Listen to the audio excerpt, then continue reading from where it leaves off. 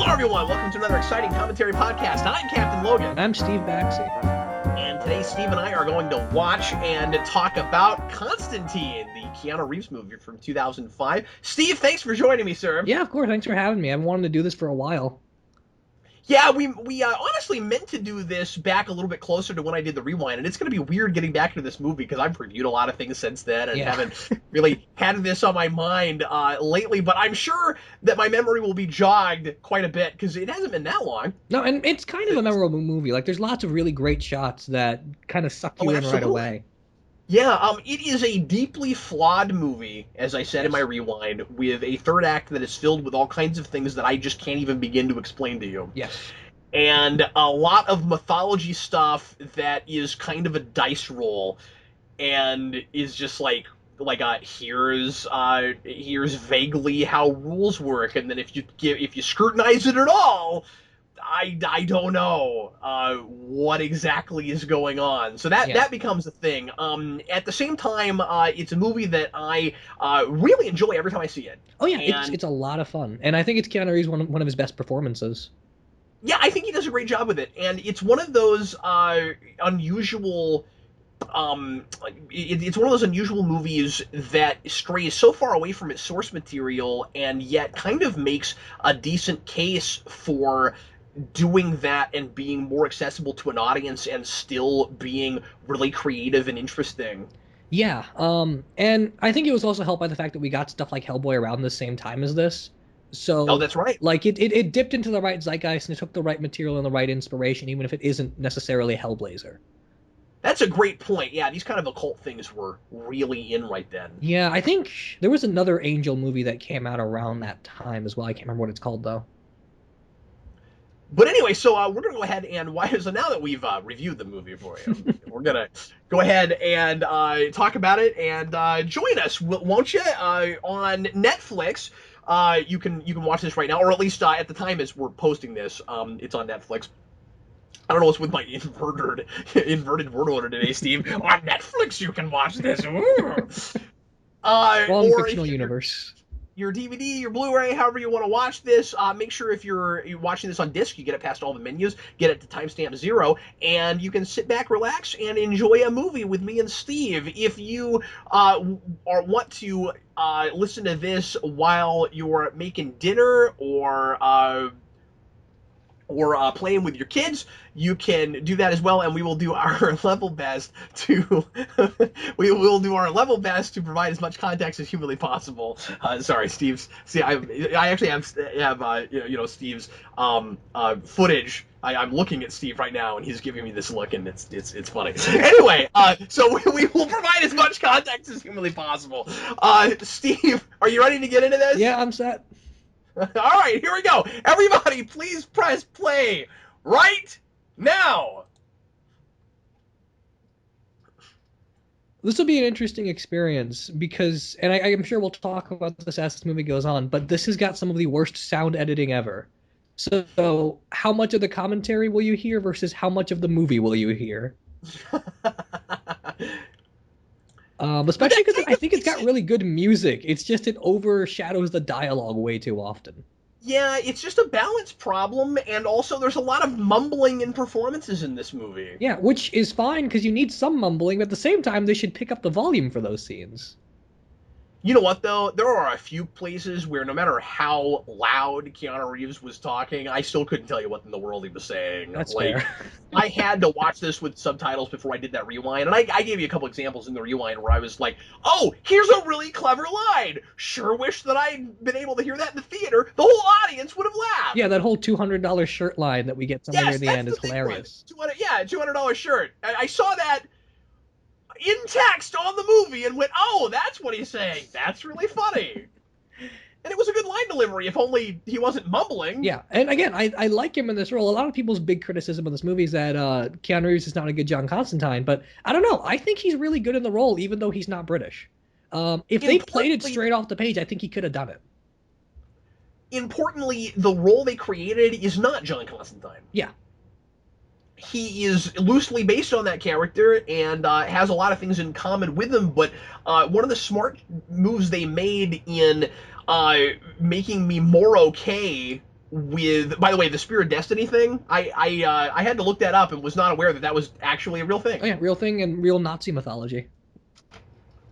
But I had an early draft of Rewind where I said that's the thing they made up, and then I looked it up and was like, I'm sure glad I didn't say that. But anyway, because I just hadn't studied that. But yeah, it's a thing where they make a really good case for changing that character as much as they do, because his motivation is so different. Right. Yeah, his motivation, his power set, his whole worldview is completely altered. He's got the same kind of attitude, but it all comes from a different place and even comes to different conclusions by the end. Like he's kind of a superhero by the end of the movie. And that's not really John in the comics. Yeah, and some of that, of course, is an attempt at making it, more okay for a mainstream audience. Yeah. Um, Because a lot of people would, especially if you make this a PG-13 movie. I think this is, or no, this was R, and I talked about that in the rewind. Where I was like, I don't know how this got an R. oh wait, this was an R? I think it was. Wow. It doesn't Yeah. I guess maybe I'm just desensitized. It doesn't feel like an R at all. No, I know, and even in '05, I think it's a really soft R. That And makes sense, yeah. when you go look at the deleted scenes, there's stuff in there that they cut because they thought it was too intense. And it was stuff that you might cut for a PG-13 movie, but not an R. Yeah. No, you're right. And so that is a little bit curious that we're trying to make this so mainstream, but it got an R rating.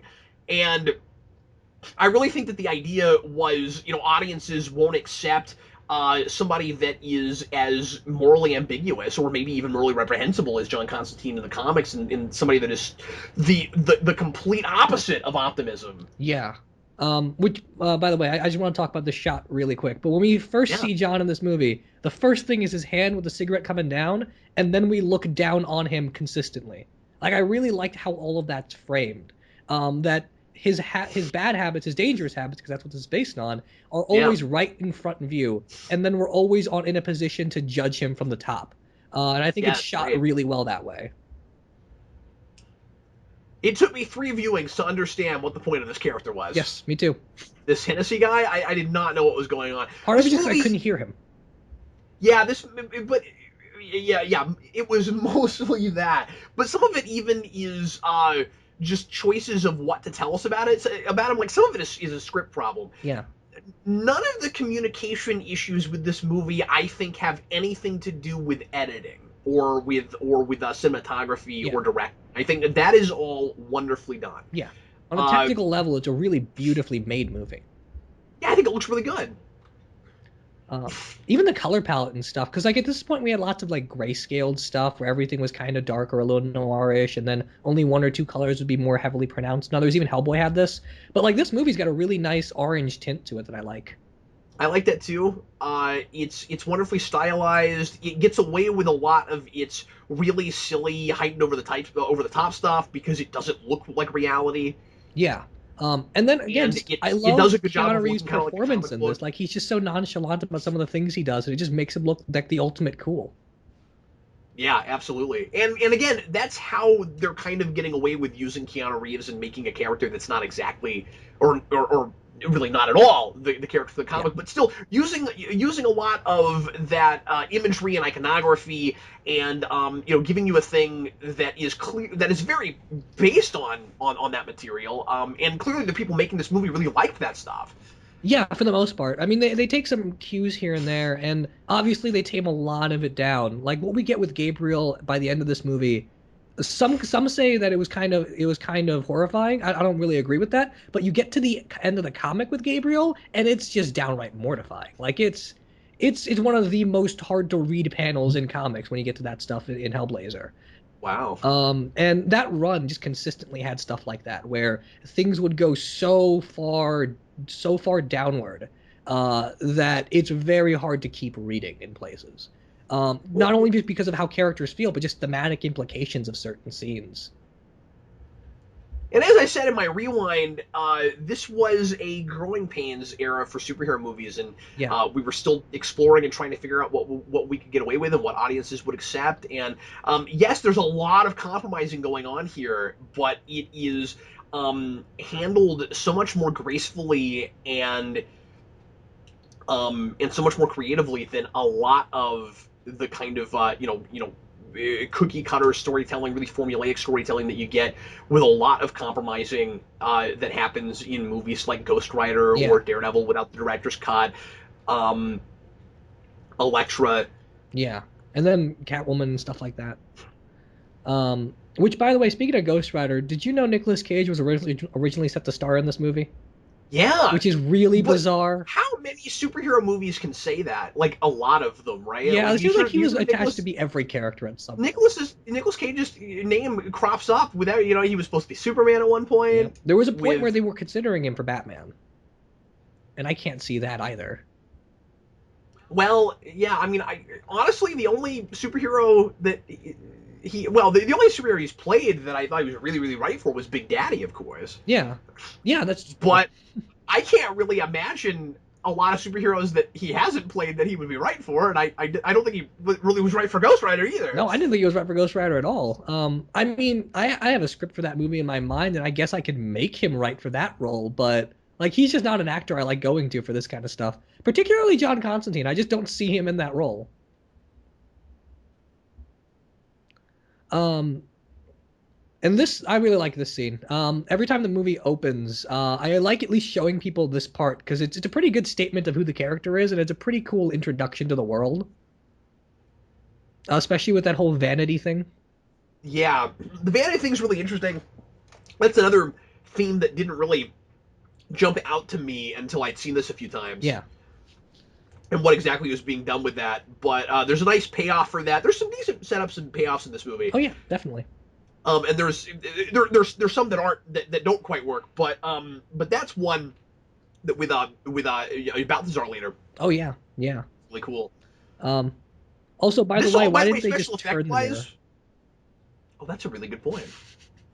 They were forcing it Well, up. because it would be more dramatic to have it shattered. Okay.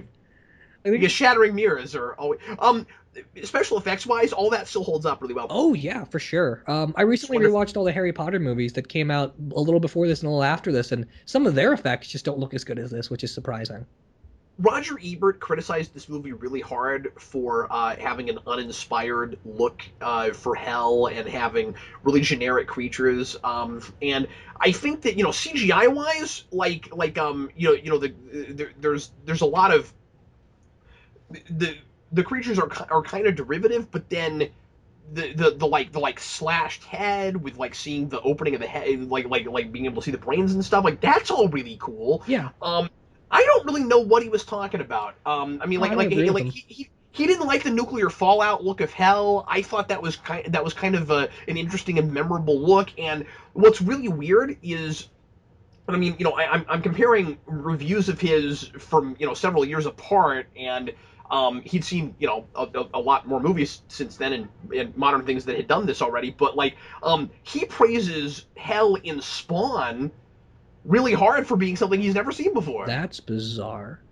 right? Wow, yeah, I don't agree with him at all there. Now I had that when I first saw Spawn as a kid, where hell really jumped out to me. But I think part of it was I hadn't seen a lot of those kinds of films or read very many of those kinds of stories, and they're so commonplace now.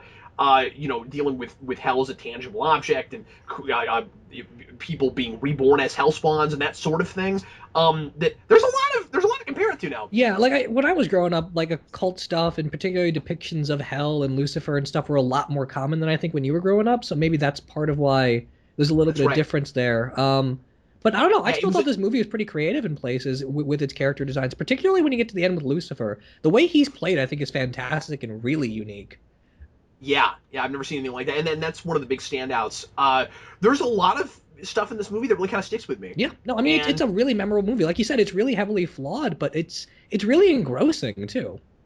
yeah, it's got the exact same thing, and this is also part of why you get Keanu Reeves, obviously, as the Matrix, in that it's got a look all its own, and it's got this really cool style and tone that kind of sits with you, puts you in a mood. It's very moody. Yeah, And I made in my rewind, I made that comparison to the Matrix and all of the stuff that it's kind of ripping off from that, and yet it's got very much it's kind of its own feel. Yeah, no, it definitely does. The shot that we just talked over when he was in his apartment and he's just staring out the window. The way they always like accent all the smoke so it shows up a little bit more. It's like they're kind of making a noir detective movie with supernatural stuff whenever we've just got him isolated. And I really like how they do some of those shots. Um, I like the whole motif of putting cigarettes in the foreground. I think is really, Yeah. really interesting, and it's something that I wish this movie got a sequel only because I wanted to see more shots like that. Like it's just handled really uniquely. Right. Steve wanted to see all the shots of the gum in the foreground. Pretty much, yeah. Because once he's not smoking cigarettes anymore, now we have to do some sort of metaphorical motif with the gum. Yeah, I mean, I don't know. I get fixated on certain visuals, so I just keep wanting to see them over and over and over again. Like the shot where he's just looking out the window and the cigarettes on the side. Like I love that shot. I want that to be a wallpaper. I like Rachel Weisz in this role a lot. Oh, I do too. She's a great actress, but she's just not in a lot of good movies. I haven't seen her. I honestly don't know what else she's been in that I've seen, if anything. Have you seen Fred Claus?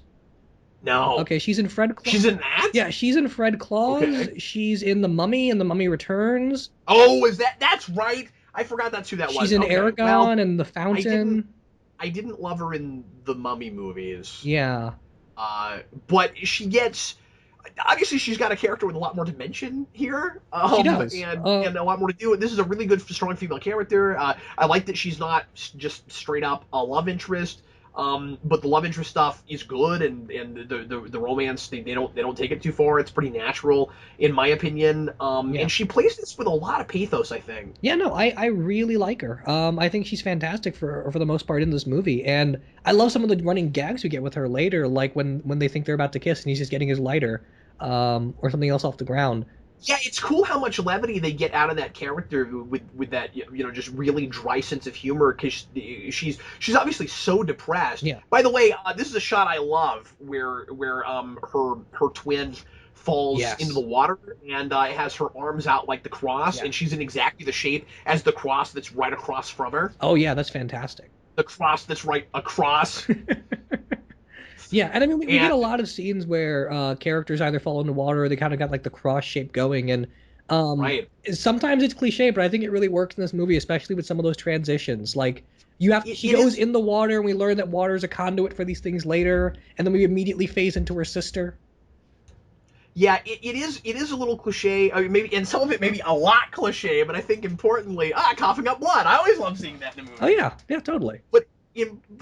Importantly, it's hard to decide where to draw the line with that kind of thing sometimes because this is not intending to be a subtle experience. No, not Steve. at all. This is not high art. It can certainly do a lot of really artistic things without having to be that. It is trying to embrace that overt comic book storytelling, and I think that it plays all that cliche stuff is so tongue in cheek and it's self aware about it that it almost becomes less cliche because it knows what it's doing with that. Yeah. If you can be confident that the material knows that it's doing that and that it's having fun with it, it's a lot easier than if it was pretentious about it. And I don't believe this is a pretentious film at all. No, it's definitely not. There's lots of places where it's clearly having a lot of fun with it, and even places where they kind of call out some of the cliches. Particularly when you get to the end and you meet Lucifer. And again, it's got so much good levity that it never feels like it's taking any one scene too seriously or more seriously than necessary. Like John just had that lung cancer scene, and I love that line that the doctor gives him where he's lighting up a cigarette, and she just says, "Yeah, that's a good idea." Yeah. We see that a lot. We've seen a lot of movies where someone gets bad news and they just continue to do their bad habit, but this movie understands that and it has fun with it, and it keeps those kind of references in mind. Well, and it's smart about it because this isn't like the other movies you're talking about where it's just these people know they're dying. He knows he's dying and knows he's going to hell. Yeah. He's aware of exactly what happens in the afterlife. That mythology is not mythology in this universe. Yeah. And so there's a whole different kind of context to it. I think this movie balances the absurdity and the drama really well. Again, Yeah, despite definitely. despite the fact that some of that drama comes from a really murky and convoluted set of rules I don't understand. Yeah, and I guess that's the big thing because it's sort of a double-edged sword because this is one of the best examples of a movie just dropping you into its universe, uh, and Absolutely, at the it's same really cool time, that that's a this is a problem.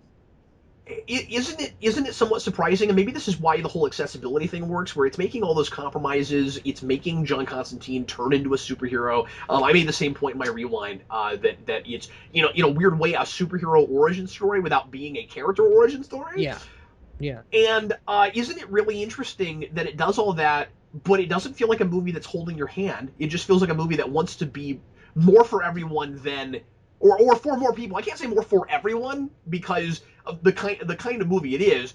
It's a dark thing. It's dealing with the occult. That's not going to be everybody's cup of tea. It's using a lot of horror themes and stuff like that. It's not going to be for everybody, but for as more people than the comic would have been, Oh which is yeah. certainly much more niche than that. Isn't it impressive that they didn't go into a character origin place? Oh yeah, for sure. And then again, And that then just makes me it's wonder not the why it it's was not the rated cookie cutter R at all, formula. because I think PG-13 may be able to help that a lot more. I think so too. And yet it performed a lot better, I think, than anybody would have anticipated. I was surprised by how many people that I knew saw it, Yeah, but like I a lot of think my friends who aren't even comic book or movie fans have seen this movie, which is surprising.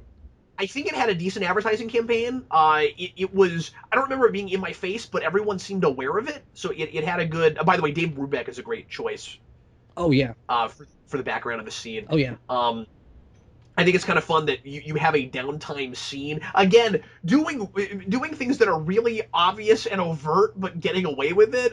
This is a downtime scene, sort of. I mean, I obviously, his kind of magical cue comes in and gives him all this exposition. But I think it's kind of fun that the sort of downtime scene we have we have take five. Yeah. That's kind of fun.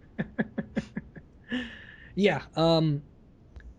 Again with some of this like lighting and just the shot composition, it just looks so good, and it's kind of hard to just talk over some of those scenes. But I guess maybe this is a good place to introduce this. Since this movie is based on the Dangerous Habits arc, it takes a lot of inspiration in places. But it's important to mention that it's almost nothing like that arc, and that opening story arc is still only the first stack of a bigger story in the rest of Garth Ennis's run. So it doesn't take inspiration exclusively from that book as much as it takes stuff from all over the place in that run. Um, and so I think in that way it was a smart idea to make this as different as it is, because that run also plays a lot on the writer that came before Garth Ennis, and did a lot with the mythology that was established prior to him. So just straight up adapting that material will be a lot more difficult. And again, I can respect this movie wanting to make John Constantine an American character and setting it in, I think, what, New York City they're in, or Los Angeles, or something like that. No, they're in like no. Remember, Steve, if we're dealing with angels or characters that have angel in their Yeah, it's name, got to we be Los must be in Angeles. Los Angeles. The taxi even says Angel City on it. Okay, yeah, then they're in LA, and I think that You works gotta have better. that. That works a lot better because again, with Hellblazer, that book is so grounded in British culture and British humor that it just would not play for certain people if they just straight up adapted it. There's lots And of things in that material that just doesn't translate overseas. you'd almost want to see more of a British crew putting that together, Yeah, right? you'd want that to be a British movie or a British TV show, and then And the American TV show did as best as it could within certain I was gonna places. I was gonna say, yeah, that still sort of worked, but remember, they still had to take a European character and put him in America. Yeah, and I mean they had to take massive liberties too. Like that show is great and I love it, but it's nowhere near as political and angry as the comic is. And again, that just makes it a bit of a different thing. But of course still a lot closer to the spirit of that character and the flavor of the comics than this is. Yes, for sure. I do think, and Eric and I were saying this when that show was on, and unfortunately it was canceled prematurely, but the show, I feel like you could watch and love, and if that's all you ever saw, you could pretty easily call yourself a fan of that character, because it is him, even if it's watered down in the sense of just not being as violent or political, or going as far in those arenas. I Yeah. don't think you can just watch this movie and say you're a fan of that character. You might be a fan of this version of it, But this is not the same character, and I think that Yeah. the John in the TV show, again, with some of that moral ambiguity, with being willing to take advantage of people the way he does things that deliberately gets people killed, knowing what, and also just having that initial comic motivation of doing what he does because he's trying to atone for getting someone killed and then constantly making that same mistake over and over again because he doesn't know how to break that vicious cycle. Yeah. That is not this character. No, This it's this not. character is this character is about saving himself before he's about saving anyone else. But what I love is we took that and then we turned it into a character arc. Yeah, yeah, we totally did. And again, it's a different thing, but I still think it works. And it gets so much right that it almost Oh doesn't matter. Angela, don't talk about rules. Please don't talk about rules in this movie. I don't know why the demons are coming through and why that even matters to Yeah. the overarching story. Like the fact that demons are able to come into the real world ultimately does not matter and No, it makes like doesn't. no difference in this. And it gets I really don't get. confusing by the end when they're trying to get Lucifer or whoever else is trying to come through, and they need special objects for it, but no one else seems to need that. Yeah, I don't get. Well, I mean, like we have at least we have like a, there's a set of rules laid out in the Devil's Bible, which is one of my favorite things, by the Oh way. The yeah, Hell Bible cracks me up. yeah. That like Mammon, I think it's Mammon. Oh, we're back to Mammon, Steve. Look, and there's the Morpheus chairs. Oh yeah, that is the That Morpheus chairs. that Mammon, the son's devil, has to come over in this very specific way. That's different than other demons trying to come in, I think, because he has to be well, maybe it's not. I was going to say because he has to be like born and stuff, but then like why is that? Why is it so different from other demons? Yeah, Like why why is it can't what he makes him just cross special? over? The devil's able to just cross over, but I think he probably is not bound by exactly the same things that the other demons are because he's the devil. But I don't Yeah, like some know. of that, a lot of that's conjecture, and it's just the movie Yeah, doesn't explain it. yeah. And the more I think about it, the more I realize that the people that put this together did not think about it enough, and so I Yeah, can't go too far with it. yeah, But because you got that, and then you got the whole half breed thing that doesn't really go anywhere by the yeah, end. and that is my biggest complaint about this whole movie is I don't know what half breeds are, and it Yeah, really messes with Gabriel's character and motivation. And she's fascinating, but she keeps talking about herself like she's a full angel and like she's somehow completely set apart from humans. But if she's a half breed, it doesn't, and the other half seems to be human the way they talk about it. yeah, Then doesn't that immediately mean that she has, you know, I mean, that she's not a full angel. She's got some humanness in her, and so then why does she have this whole I don't understand humans thing? And the whole thing is about how it's not fair the way God treats humans versus his elite versus the angels. But she's not a full angel. yeah, So wouldn't she be half God's elite or something? yeah. I I don't don't know. understand how it works. Yeah, I mean, there's clearly like a very structured hierarchy in this universe. They just never bothered to explain it aside from giving us those terms. So it's a Well, little confusing. that's what's so weird about it is that it seems to be very structured, and yet I suspect that nobody's actually given any thought to that. I wonder if there was like a Bible of some kind for this movie that sets up this universe, or maybe some kind of like art book or that explains more. But I don't know. I mean, I know the novelization dives into half bloods and stuff here and there, but it doesn't answer Oh, all these really? questions. Well, the thing is, I don't know how half breeds even happen if demons and angels can't cross over. Yeah, I don't know either. I mean, I guess the Was there traditional a idea time might when they even be like could? demons and humans were on the same plane for a while, and then after the last demon left, the whatever creatures made it just kept passing down demon blood. But they don't explain that. Well, and even if that's the case, the big thing I couldn't reconcile is if you had like demons and or angels copulating with humans centuries ago and they can't cross over now but they could at one time, you wouldn't have half breeds, you would have really diluted blood. Yeah, to almost to the probably by this point to the point where it would be inconsequential. Yeah, which again could be interesting because there's another thing in the comic where John gets demon blood in him. Mm. And there's really great, interesting questions by the end, and that's kind of how he gets out of his deal by the end, when they're talking about his purity and the nature of his soul. Which, if you haven't read Dangerous Habit, it's got one of the best endings to a story arc ever because of how John treats the three rulers of hell. And then you got, of course, the big question, and I guess we'll talk about this later, of how even do angels and demons come into existence in the first place? Because apparently, sometimes they're human beings who died. So is that how you get half breeds? I don't understand. And then if that's the case, then I don't know why Gabriel's is up in arms as she is, because apparently she might have been, Steve, human at some point and been God's elite at the time, and then now she's not. So but does she not remember being? I don't, Yeah, anyway. no, it's I have confusing, no idea what's going on. and then you even like play in like stuff people might already know about biblical mythology, like demons in the Yeah. Bible are just fallen angels. So Well, what makes any of these characters any different from each other? and I think I can't remember if they come right out and say that that's the case here or not. I think they I think do. they do too. I'm not positive. I thought they came out and said that Lucifer was a fallen angel, just like he was there. Your time is running out to buy a new I Chevy. like that. That's so great. Um, It's also kind of interesting that it's the equinox, if you oh really think yeah, about it. that's cool. I kind of like that too, Um, because we're right on the eve of John's demise, his self-created demise. The scene freaks me out. is totally pointless. No, yeah, it's pointless, but it freaks me out when I first saw it. I will say this is a place where the CG does not hold up as well. No, it doesn't.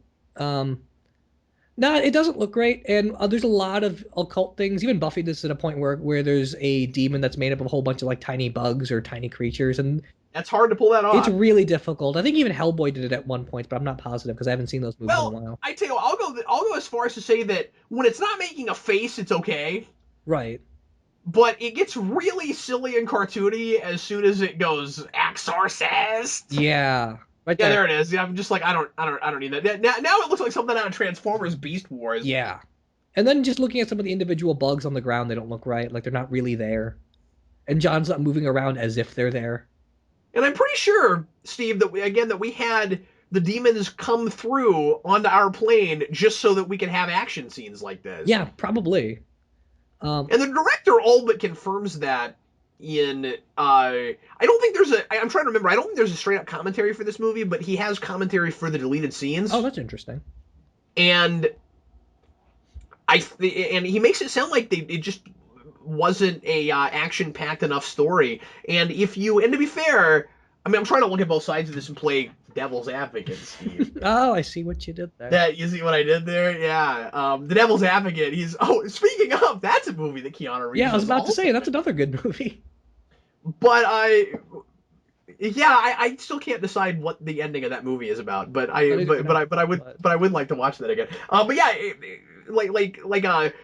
I think a lot of why this movie did as well as it did, that people went and saw it, is that it looked like The Matrix in hell. right.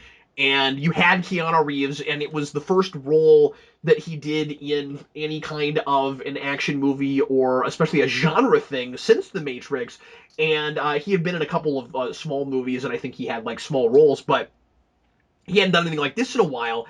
And so people would have gone to this expecting an action movie like The Matrix, so Yeah. they probably felt like they had to have some, kind of knockout scenes like that. But Steve, this movie is over the top enough and atmospheric enough and stuff that I don't know that it needed that Yeah, and I mean, in order to feel like I think you'd go to this movie and feel like you saw an action movie, and then maybe later go, oh wait a minute, nobody punched anybody, and then you might be kind of impressed with that. But even still, there are plenty of excuses for shooting with dragon breath and stuff like that happens. yeah, I mean, even John just running around beating up normal human beings. Like it doesn't need as many action scenes as it has, and at the same time, I like some of the action scenes that they give us. Like a little bit later when he's with the girl, And all the lamp. Her name is Angela. You Angela. should not have any trouble remembering that. Yeah, I'm not gonna forget now.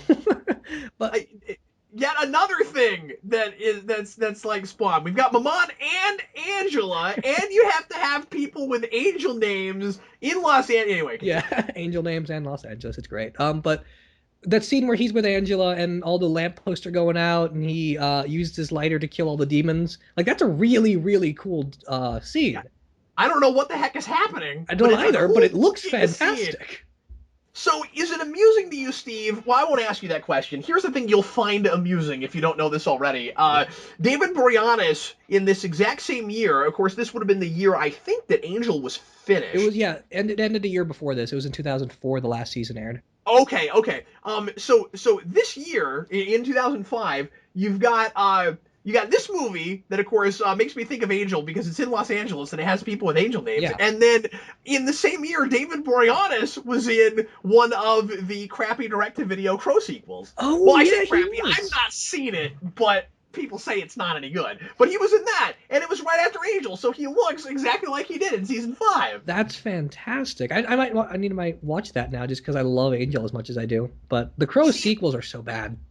See, Papa Midnight here is spelling out the rules, and you'd think it was very simple, and then when you start thinking about it, your brain explodes. Yep, doesn't make any sense. He's like, angels stay in heaven, demons stay in hell, and then I'm like, but you have this angel half-breed thing that doesn't understand humanity, but is apparently not a full angel, and I don't know what's going on. I think part of where I want to give this movie credit though is that I think this Papa Midnight is more accurate to the comics than the one in the Constantine TV show. Yeah, but he was fascinating. He was, right? yeah. That's the thing is that this Papa Midnight's not really. This one's not really a character. He's got a great actor, but he's not really a character, and he's a little bit more accurate. And then the one in the TV show is amazing. He's now. This actor's doing a great job. Yeah. It's the guy that. Who is this? What was he? Oh, I'm gonna butcher that name. I don't think I should say that. I can't remember his name, but he was in Guardians of the Galaxy. He was in I think a couple of the Fast and Furious movies, and he was in Push. If you've ever seen that. Wait a minute, he's in. Oh, that's the guy in Guardians. Yeah. He's also in Blood Diamond. I think he got an Oscar. He might not have gotten an Oscar for that, but he it was a really critically acclaimed movie. So. Wow. No, he's a great actor. I really like him. He was also in Aragon with the girl that plays Angela. Oh, really? Yep. Well, I like him a lot in this. Like I said, he is kind of a plot device. Well, and the other thing that he's another thing that makes me think of Angel because obviously he's characterized very, very differently, but he has essentially the same role and has the same political stance as Lorne. Yep. He's got the club and everything. Like he's very much like Lorne. Yeah, but I would pay money to see that guy sing karaoke. I'm just saying. He's got a great voice, so maybe. It's not easy being green. So I'm on the wiki, and apparently the guy that plays Balthazar is a musician before he's an actor. Oh, really? Yeah, he's done a few movies, but he's mostly a musician. I want someone to explain to me why there aren't a lot of other kinds of places, Steve, that take what like activity centers or even just any other sorts of businesses that take the name of what it is and puts it 3 times in a row. Like you see bowl all the time, but you never see like golf. You know, or skate. Arcade, you know? arcade. Yeah, like grocery. You know, like police. You know, Beetlejuice. Like, if you say bowl 3 times, does it like disappear into the dimension from whence it came, from the plane of existence from whence it came? Now, if I could just summon a bowling ball by saying that 3 times, I would do that all the time. I talked earlier about setup and payoff and when it works and when it doesn't. One of the places it doesn't work is with the bowling alley because they cut out the scene that really solidifies they cut out a scene and then they also kind of changed some things in the story, I think, that just were never even filmed. But the movie we have now, I found myself until I did some research really racking my brain trying to figure out why you've got the bowling alley and what that setting is what the significance is of it, or if it's a metaphor for something. And you've got so much symbolism and stuff in this movie that you wouldn't think that would be an arbitrary choice. Yeah, and I guess it And, turned out it wasn't, but they cut it. and it's not. And I came up with things that I wanted to be in the movie that just aren't quite there. I really like the idea of it being of the bowling alley representing the reality you can't see, Yeah. where like you've got the guy who lives where so John lives behind it, so he can see both things. He can see like inside of it and what everybody else sees if he just goes in there. But then you've got the guy that runs it, that lives that is like in the part where the bowling apparatus is happening, so he sees like the motorized mechanisms that make the whole thing happen. But when you go to a bowling alley, you don't see all that, and it's easy to forget that there's all the stuff behind the scenes that makes all that happen. Right. And you could easily make that a metaphor for the mythology that's going on behind the scenes and manipulating things like the bowling pins dropping. I really like that idea, but I don't think it's really quite there. Yeah, and I think the ending takes too much of a everything's okay the way it is kind of stance. Mm. Um, and that's one of those things where I don't know if it's the movie's problem or if Yeah, it's I just don't agree with it. well, and that I said that my biggest problem with this movie is the convoluted mythology, but second to that, or maybe tied with it, is that freaking voiceover, Yeah, man. I hate that voiceover. It's awful. Um, that well, I guess we'll talk about it more when we get to that actual ending place. But there's a lot there where I just feel like I don't know if I want this character to come to those conclusions. And I don't know if I buy that what has happened would lead him exactly to those conclusions. It seems too optimistic for that Yeah, it seems character. like he's And almost he's went from being a realist to being in denial by the end, and I don't know if I want that. yeah, I don't think the movie's doing that on purpose. I don't think it means to be denial. I think it's supposed to be acceptance. But Yeah, but yeah, I don't I'm know. not quite buying that. And also, I feel like he should be smarter than that. Like when you get to the end, it's like, yeah, but clearly you've got a god that is out of touch and kind of manipulating people, and why does it have to be that way? Yeah, and I mean, I'm always hesitant to talk about that with this movie because I don't know how much of it is just I don't agree whatsoever with what he's saying about it by the end. Well, yeah, and but the problem is it's frustrating whether you agree with it or not, because the movie unintentionally, I think, makes me, at least for the context of this universe, I don't mean in like real life, but Yeah, from what's going on in this, it makes me side with him too much for him to have that quick of a light switch turn by the end. yeah. No, you're right. So that the movie is, again, in the context of the film, looking at what's going on. See, this is also cliche, but it's awesome. Yeah, no, it looks You know, great. where you have the lights dropping as it's coming toward you. Yeah, When the movie accidentally, I think, turns me into a cynic as far as how I feel about the things that are going on. Where John does feel very manipulated, and the rules don't seem fair, and all of that. And then you get to the end of the movie, and I feel like I kind of get what it's doing, where like there's nothing you can do about the rules, and then like you said, the faith thing. I don't know. I guess you have to make your own judgment call on that, but yeah, uh, but but the problem is, I just like with what we know about this god, I don't know why you would come to those conclusions. And so like it turned me into a cynic, and then all of a sudden he's an optimist, yeah, and yeah, and I don't buy it. So the problem really is more in how that story is being presented, Steve, I think, than it is in you're just not agreeing with it because of the worldview you have already. yeah, that's probably true. Which I love this, by the way. I thought that shot was awesome. But no, you're right. That's probably what it is. And I'm sorry, I talked over your favorite scene that you don't understand. That makes no no, no, sense. it's cool. It's cool. I was watching it while you were talking. No, it's a really cool shot scene. Anyway, I don't know what those demons were trying to I don't accomplish. know. I don't care. It looks Also, cool. I didn't say this. I didn't say this in my review, and I meant to. But what is with the ringing phones? I don't know. Is that maybe Who another symbol is that we just haven't calling talked about? her? Is that see? I think no. The reason I didn't talk about it. No, I actually had a reason for this. I was hesitant because I thought I sort of knew what it was, and I was trying to figure it out, and I was doing so much of that just trying to understand it on the page that I didn't want the review to be too long, so I just cut that part and it just didn't Oh, talk. okay. But I think it's the demons trying to find her. I think Maybe. like they don't right away know where she is, maybe, and so they're trying to see if that's really her. But more than that, the thing that really made me question that scene and took me way out of the movie is simply why does she have that many phones? Why does she have that? Does every cop have 20 phones in their office? Well, I mean, at this Why point, they would have does she lots of have so pagers too, many? wouldn't they? She has a fax machine. At this point, you'd be more likely to have a cell phone. Yeah, 2005. So yeah, maybe. I mean, like everyone I knew pretty much had a cell phone by then. I don't remember if I did We at that point. remember we had smartphones as early as '06. Oh yeah, we did. I mean, that's when And then that iPhone started. was So, 2007. So yeah. yeah, no, your thing. Well, iPhone would have been the first, so maybe I'm wrong and it's '07. But yeah, but yes. And then Blackberries were 2005 through six. So yeah, No, okay, maybe. this would have been when your flip phone would still be the primary thing that people tended to have. Yeah, this has probably been around the time when everyone had a Razor. If you remember those.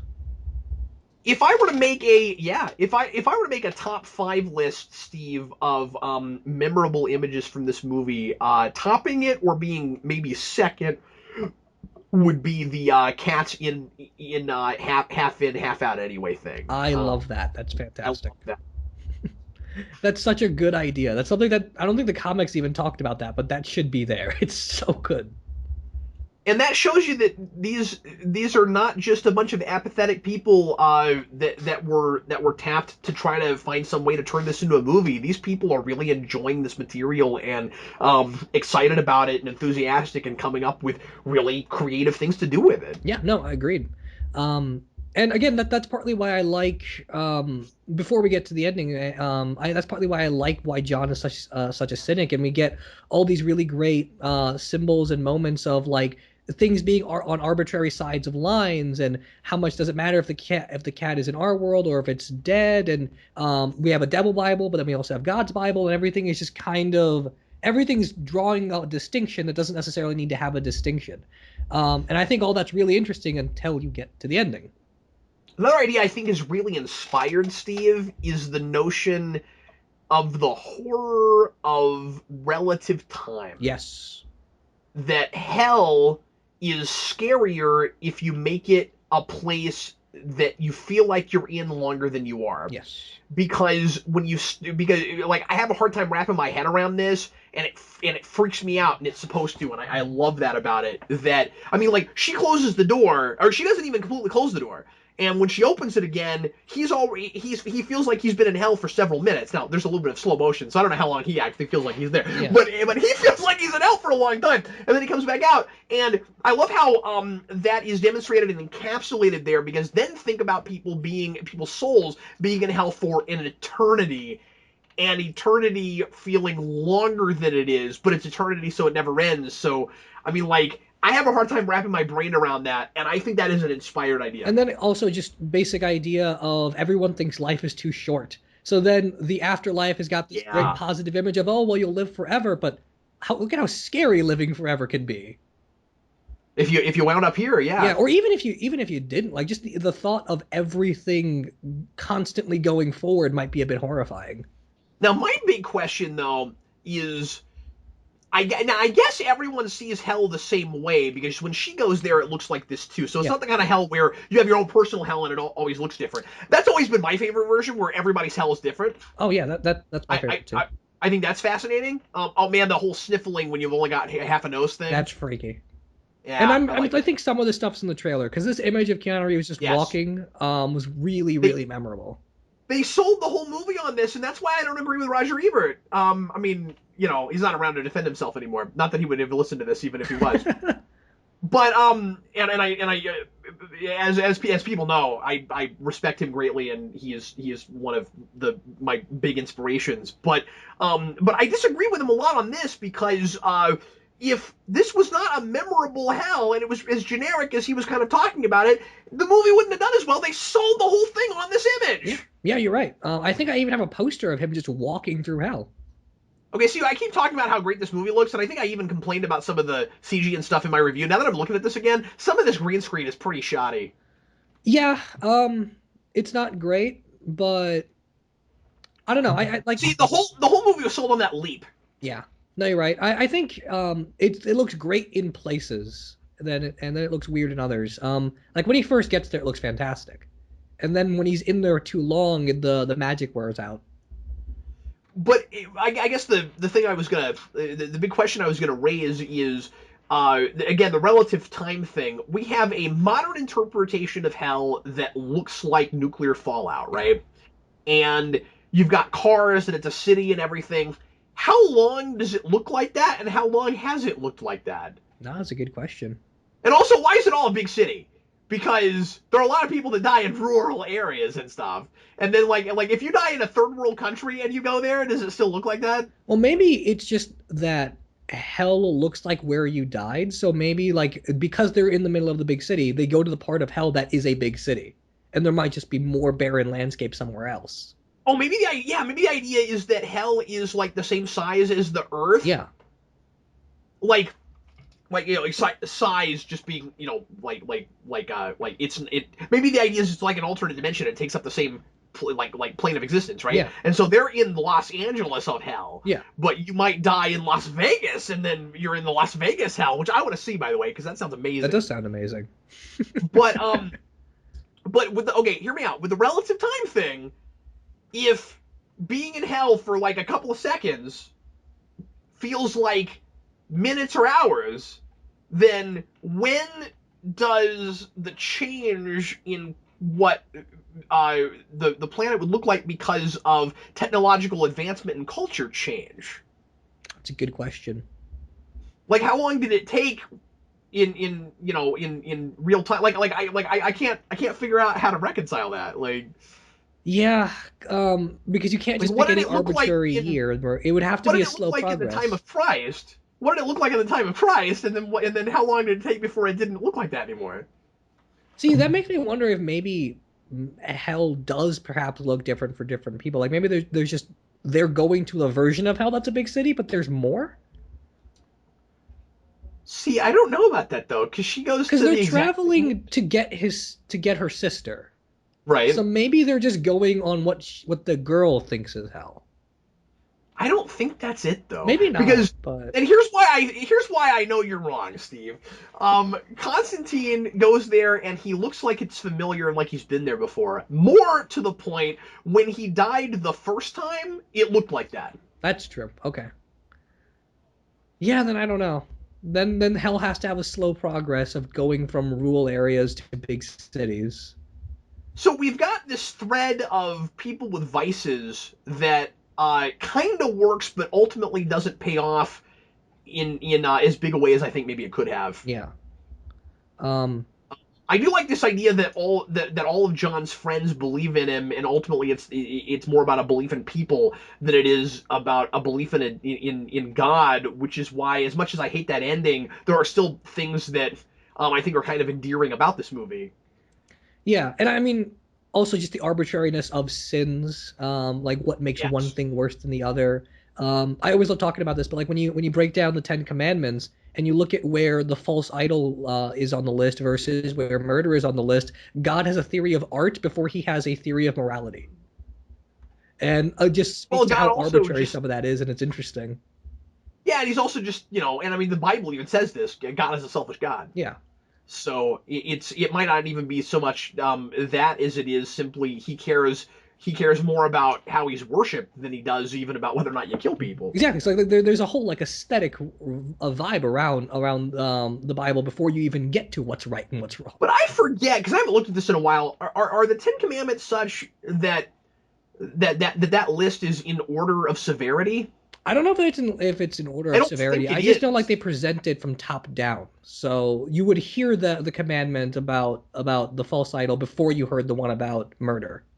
Right, but I don't know if that's intentional or if that order is even arbitrary. Because you have to be careful with like translations and things, and I'm sure that that order is translated in the same order that it is. But I'm just saying that like when that was written down, was whoever that wrote it down, thinking, about exactly like how people would feel about it looking at the order.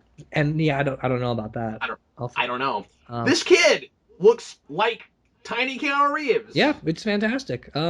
He's actually surprisingly good. They some of what they cut out was some of this flashback stuff, and as much as I really appreciate the really quick cut flashback, not spending too much time there, not feeling like we've left the story, Yeah. some of that should have been left in, especially the thing with the priest doing fake exorcism, Oh yeah, that is in deleted scenes. because that is the moment that would lead John onto the path where he goes, because he knows that those demons are real and he can see them everywhere, and he becomes what that priest is pretending to be. Uh, And we need that in the movie. just grab my DVD here just to see how many minutes. But I think there's like 20 minutes of deleted scenes in here. Yeah, there was a lot. Yeah, so they changed quite a bit of this movie, but it doesn't feel like it. Anybody else also reminded in the establishing shot of this scene of the I don't remember the name of it, but the famous painting of the people sitting in the diner. Oh yeah, yeah, I know what you're talking about. It does kind of look like that. They make fun of that in the Tick all the time too. Oh, do they? Yeah, that is a very famous painting to lampoon. Yeah, no, it is. I can't remember what it's called off the top of my head. Um, but yeah, It's that's something they do with cartoons called all the time. Nighthawks. That's probably it. 1942 oil on canvas painting Is by it Edward Edward. Hopper? Yeah, okay, then Yes. that's it. Yep, that's it. Yeah. I'm never sure of the name. I knew it was Edward Hopper. I just wasn't sure what it was called because it's got a couple of names depending on where you go. I honestly don't know why exactly that painting is so popular and significant, because I've never looked into it. And I will be the first to admit that I know nothing about art, Oh, okay. which is great because I review comics, and Well, and I probably homages to famous paintings are lost on me constantly. I should take a crash course, Steve. I should go take a college course on art, and then I'll see all these things I never saw before, and then you'll see this period on Geekvolution of like a month where I'm like very pretentiously constantly talking about paintings, about like famous paintings, like what that I see, and then promptly all that information will leave my head, and then you'll never hear me talk about it again. I always love talking about See, art though. Steve, she So has a cell phone, she does have a cell phone. You're and right. it's a flip phone, and she's opening it. And by the way, Dotson is a very cop name. It is, isn't it? Now she is a character from the comics, right? No. Is Angela she Dot. not? No, she's not. No, there's no Angela Dotson. No, no.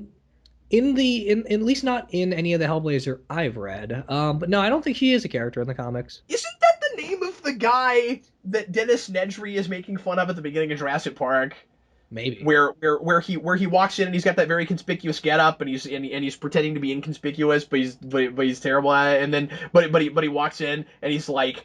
And he's got the shaving cream canister, and he's like, "Shh, don't use my real name." And then Dennis Nedry stands up and he's like, "Hey, everybody, we got Dodson here. See, nobody cares." Oh yeah, yeah, the thing that they use for memes all the time. Yeah, that's that's probably what his name is.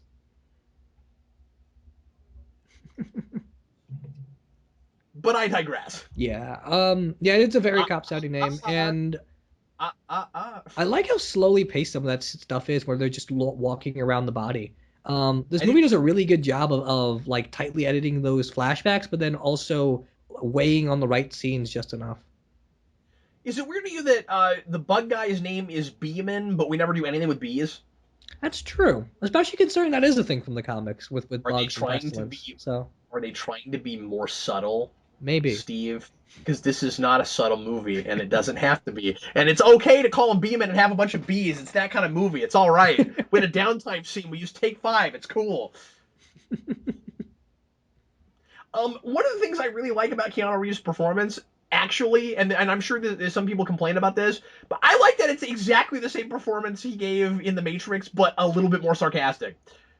I think it totally works. Yeah, I think that's true. I mean, Keanu Reeves has kind of built a career on his whole sort of dry sarcasm. So this movie just plays that up as much as possible. Yeah, and on he's never really animated, right? Like Yeah, Keanu Reeves, it does not have that sort of charisma. yeah. Uh, he really gets away with just standing around and having a lot of his own kind of presence. I've talked a lot about whether or not Keanu Reeves is a good actor. Of course, a lot of people don't think he is. I think he's one of those actors that gives a particular performance and he has no range. And as long as you can, and that doesn't make him a bad actor, he just has no range. He's good at the one thing. And as long as you cast him in the right roles that fits for, he's great. So when Keanu Reeves gives an air quote bad performance, it's because he was miscast. So you don't put him in Much Ado About Nothing. That's dumb. You don't put him in That Dracula either. he clearly had fun in that movie, but he was not right for it. And that was, I mean, that's an over the top pompous villain role. He could not pull it. He did not bring that. But Speed would not have been would not have been popular without Keanu Reeves. You have to have him in that. Yeah. Same with John Wick. He's perfect in John Wick. I can't imagine anyone else playing that character. I think John Wick needs to be stuck on a bus that can only go 50 miles or an hour or higher. I think we need to see that movie. Speed 2, except with John Wick, and it's actually good. Speed 3. Oh yeah, Speed 3, because there's Speed 2 cruise control. Yeah, there is a Speed 2, Sandra Bullock came and back, and apparently Keanu Reeves didn't. yeah, apparently he looked at that script, and that is the difference between Keanu Reeves and Sandra Bullock. Apparently, Yeah. But no, speaking to the thing about Keanu Reeves being a good actor, my dad always likes using this distinction because he was an actor. So he says there's a difference between being an actor and being an artist. Keanu Reeves is an actor. Jack Nicholson is an oh actor. But then you look at people like off the top of my head, like James McAvoy. That's an artist where they have range, and that's the big distinction. Where it's not necessarily one's better than the other, but yeah, if you can Heath do Ledger, multiple roles, you're more than an so you're talking actor. about so you're talking about people that disappear in a role as opposed to people who play themselves and you fit them into a Exactly. role. Like I would Like never say that's the Jack Nicholson's a distinction. bad actor. He's just not an artist in the same way someone like Michael Fassbender is. Although I would even say that he's got more range than somebody like Keanu Reeves. Maybe. I don't. Yeah, maybe. But you're right, there was a brand there. Yeah. No, that's absolutely right. And then you get, I mean, I get so impressed. Well, and you know who else is an artist? I'm going to say Tom Hardy Yes. Totally. Tom Hardy's fantastic. because we just saw him in The Revenant, He's and great. I still do not believe that's Tom Hardy. Oh, Like, no he's one can convince me fantastic. that that was Tom Hardy. I watched that whole movie and knew it was supposed to be him walking in, and I went, that's not Tom Hardy. Like, he completely disappears. Yeah. No, he's fantastic in that movie. Leonardo Tom Hardy is DiCaprio not is in that that way as movie. well. Fantastic. DiCaprio less so, but yes. Yeah. I mean, I Oh, don't think oh, DiCaprio disappears the same way that Tom Hardy does, but he's definitely one of those actors that's got he's good lots at of that role. range. Well, and I think part of that is simply the face you're born with and the voice you're born That's with. true. Like, certainly Tom Hardy has a really distinct look and voice and stuff, but I don't know. I guess he's sort of a master of disguise, right? Where like he just keeps being in things where he's got something on his face. Yeah. He had a thing on his face for most of Mad Max, didn't he? That's right. He had a thing on his face. I am convinced that he was cast for Mad Max because he had a lot of experience in Dark Knight Rises with wearing a thing on his face for most of a movie. This will date this commentary a little bit, but was Tom Hardy Oh, nominated? you said it this time. Somebody made fun of me last week for saying that in every commentary. I mean, it happens. We are beings that live in a present They just time. they just wrote in quick. Yeah, but it was a thing you never heard in commentaries earlier on, and then like at some point I got conscious of it, right? And then somebody in quotation marks wrote this will date this commentary, and that was hilarious. I responded to it and said, I do say that a lot, don't I? And I've been avoiding it this whole time. And then Steve goes, this is gonna date this commentary. I'm sorry. Go ahead. I was just gonna ask, did Tom Hardy get a Oscar nom for Revenant? Oh well, I don't know. I haven't looked at the. Are those out Yeah, already? they've been out for like a week now. I did a video Oh, with okay. Eric Dicer about them, but I wasn't sure if Tom Hardy got anything. I know Stallone got one for Creed, even though no one else did. But I wasn't sure if Tom Hardy got a supporting actor nom. I bet people are freaking out that Michael B. Jordan didn't get a nomination for Oh, that. I'm freaking out that he didn't get a nomination. He was phenomenal. He deserves a Best Actor nomination. I mean, I'm sure, and I still haven't gotten to see that yet. I'm going to try to go this weekend, but now I'm sure Stallone's great in that. He is. Stallone's fantastic. It's the best performance Stallone's given in years. Well, anyway, so Constantine. So Beeman's about to get killed by bugs that are not bees, And this is but also it's where I just think where the CGI flies. doesn't hold up as Flies, well. Like that and I fly guess coming that's out of his eye because. just doesn't look very good. Oh, I disagree. I think it's all right. I think I get creeped out by the idea of a fly coming out of someone's eye, but I like looking at it. It just feels like it's not there. It doesn't feel real. That's not an easy thing to do, but Yeah, I'm with you. I don't know. I don't think I've seen anyone else do that, so maybe that's part of it. Obviously, we've had 10 years to progress the technology, Yeah, and again, it is and surprising this movie looks as good as it does. it's funny because in the mid 2000s, I was always thinking like we have to at some point pretty soon hit a glass ceiling where we're just not going to be able to make things look much better with CG, and I don't know that we've hit that yet, and that's what frustrates me when I see a lot of really badly integrated CG, because then when I see it done really well, I'm like, no, we are still improving the technology. It's tough because I think Got we've faith? gotten to. Okay, maybe that's a billboard I didn't need. I'm sorry, what? I didn't even notice that, but yeah, maybe it's gotten to this point where because I think we've got this with a lot of movies where CG has gotten so real that you can't tell, and sometimes you think it's bad when it's not really CG. Isn't that crazy? I'll have that sometimes where I'm like, that looks awful, and then I'm like, and then I look at behind the scenes, and then they did it practically, and I'm like, oh my god, my brain is broken from Yeah, watching it's movies. really bizarre. And then there's other places where you're like, obviously that's the pinnacle of practical effects, and that was CGI. Yeah, Daredevil had that all over the place. you're talking The TV the show, the TV TV show. series. There was a great video breakdown of all the special effects in that show. There Oh, are so really? many fight scenes that are CGI that you cannot tell. That's brilliant. Yeah, it's phenomenal. A lot of like the See, I jumping love stuff you that. As can't I always tell. say, I'm not anti visual effects at all. I Yeah, just want it to. I just want it to either look like it's really there or look as close as you possibly could. Where okay, here's a thing that we had to have that we still just don't quite have the technology to make look perfect. Like I'm okay with some of the pretty obvious CG fights in like Spider-Man 2 where you yeah, got two characters dropping. Well, like they distanced it. I mean, we did everything we could to have the fight we had without it taking out too much. But I think there's a distinction, Steve, between if I think about it, I can tell you how it was done, but it's not taking me out of the movie. It still feels integrated. right. No, no, And I I think think you're it's right. different. Another part of my brain wants every project to do what they're able to do with the resources they have, and yet the problem with that is it negates ambition. Yeah, And things can be too ambitious, but the problem is if we weren't ambitious and didn't try things we didn't know if we could get away with, we would have never had Star Wars. yeah, What are you gonna do? yeah. And I think Force Awakens is a really good example of having the perfect balance of some of that. And so like they built the Millennium Falcon, but there's still lots of CGI involved with that. Well, Steve, was there some sort of a prophecy that like J.J. Abrams would come along and he would balance the the Yeah, CG? yeah, because Is he that was conceived yep? by the metachlorians of the Academy, and Is that what? Oh, weird. Oh, Constantine. I really like John Constantine's wardrobe in the movie. I know it's weird because it's just like white shirts and black ties, and he has that in The Matrix, and he has that in most of his movies where he's just kind of walking around in a suit.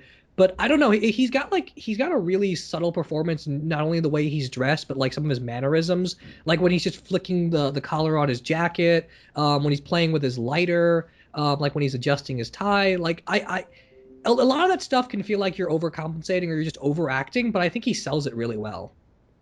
I agree. I don't know why Keanu Reeves has to have a wardrobe department for his movies. Yeah, I don't know either. He could just Like, I don't know grab a why he suit. doesn't just show up wearing what he's wearing, because that's probably what he wears most of the time anyway.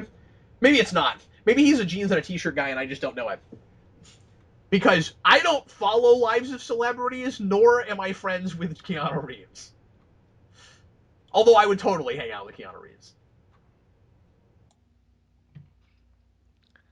So interestingly, one of the co-writers for this movie also wrote Solomon Kane and Dylan Dog, which are both movies I really like. And they both have kind of the same atmosphere as Both this one. movies, though, that nobody saw. No one saw Solomon Kane, no one saw Dylan Dog, and I don't know why. They're both really good. Well, Dylan Dog's not really good. It's just a lot of fun. It's also one of the few times Brandon Routh got to be a superhero again, and he perfectly fit that role. Yeah, that's cool.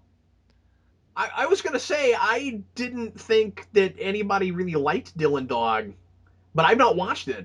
It's got an 8% on Rotten Tomato, last time I looked at it. So no one likes it, but I think it's hysterical. So maybe I'm the minority.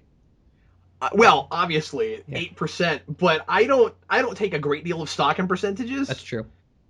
because something you have to keep in mind with something like Rotten Tomatoes, and this is neither here nor there, is that it's people basically flipping the feeling it or not feeling it sign, Yeah. right? And there are lots of things that I probably wouldn't like give a thumbs up to or give like a solid recommendation to, the majority of people that I still enjoyed enough to watch again or that I found some value or merit in. Or something that's pretty bad, but you'd still recommend people watch it because it's enjoyable. Yeah, we can't take everything on a number. Yeah.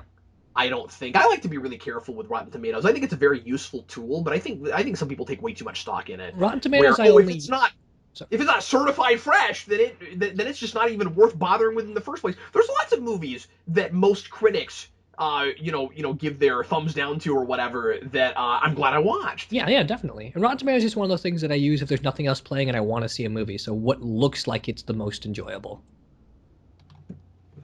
I think it's interesting to see what the consensus is. Yeah. Their But consensus statements tend to be pretty on point.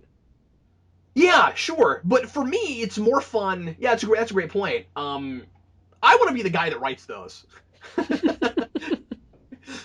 By the way, we're talking through a really tense scene right We now are. I really do like this about scene. Rotten Tomatoes.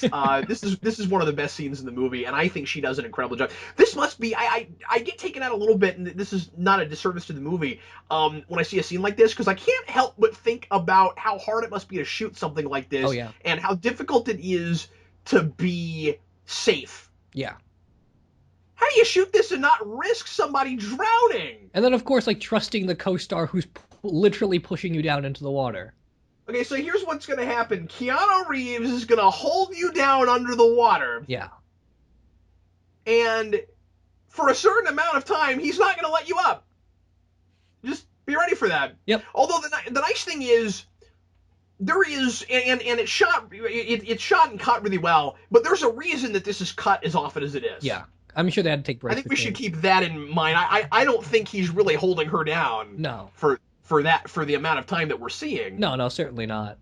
Um and then they do some slow motion stuff here and there. They make it a little bit more tense just to make it feel like she's in there for a longer amount of time. Steve, if we shot this scene, would you trust me to hold you underwater without drowning you? Uh, let's come back to that question. Or would you think I would just like get really into it and accidentally choke out and drown Steve? I don't know. I guess it depends on whether or not you saw Gotham that week. This is one of the no, but then I would have so much sympathy for you for having to bear it with me that I'd probably be like really careful and gentle Well, see, then maybe holding you it's under the then water. I guess it depends on whether or not I've seen Gotham after you've already seen it. What exactly? Um, this scene is weird though, and I talked about this in the rewind. In that she what do you want? I'm really thorough these days with rewind. Where they have this nice amusing moment because we know that they're both really attracted to each other, but we're doing the romance, frankly, a lot more subtly than we are anything else in this movie, Yeah. which is kind of a refreshing reversal. And and they have that really funny moment where she says, "Can I leave the rest of my clothes on?" And he's hesitating and doesn't want to answer because it would be so easy to just get to have her naked in that scene. And they're very attracted to each other, so Yeah. that's a funny moment. And I think it's funny in a way that's not like degrading to women or whatever. Like it's a real natural kind of moment between two people that are attracted to each other. Yeah. The problem, of course, is that I can't help but imagine what that scene would have looked like if he had said, "No, you need to take the rest of your clothes off." Because then he's holding her down in the white, so then it gets really uncomfortable. Yeah. No, you're right.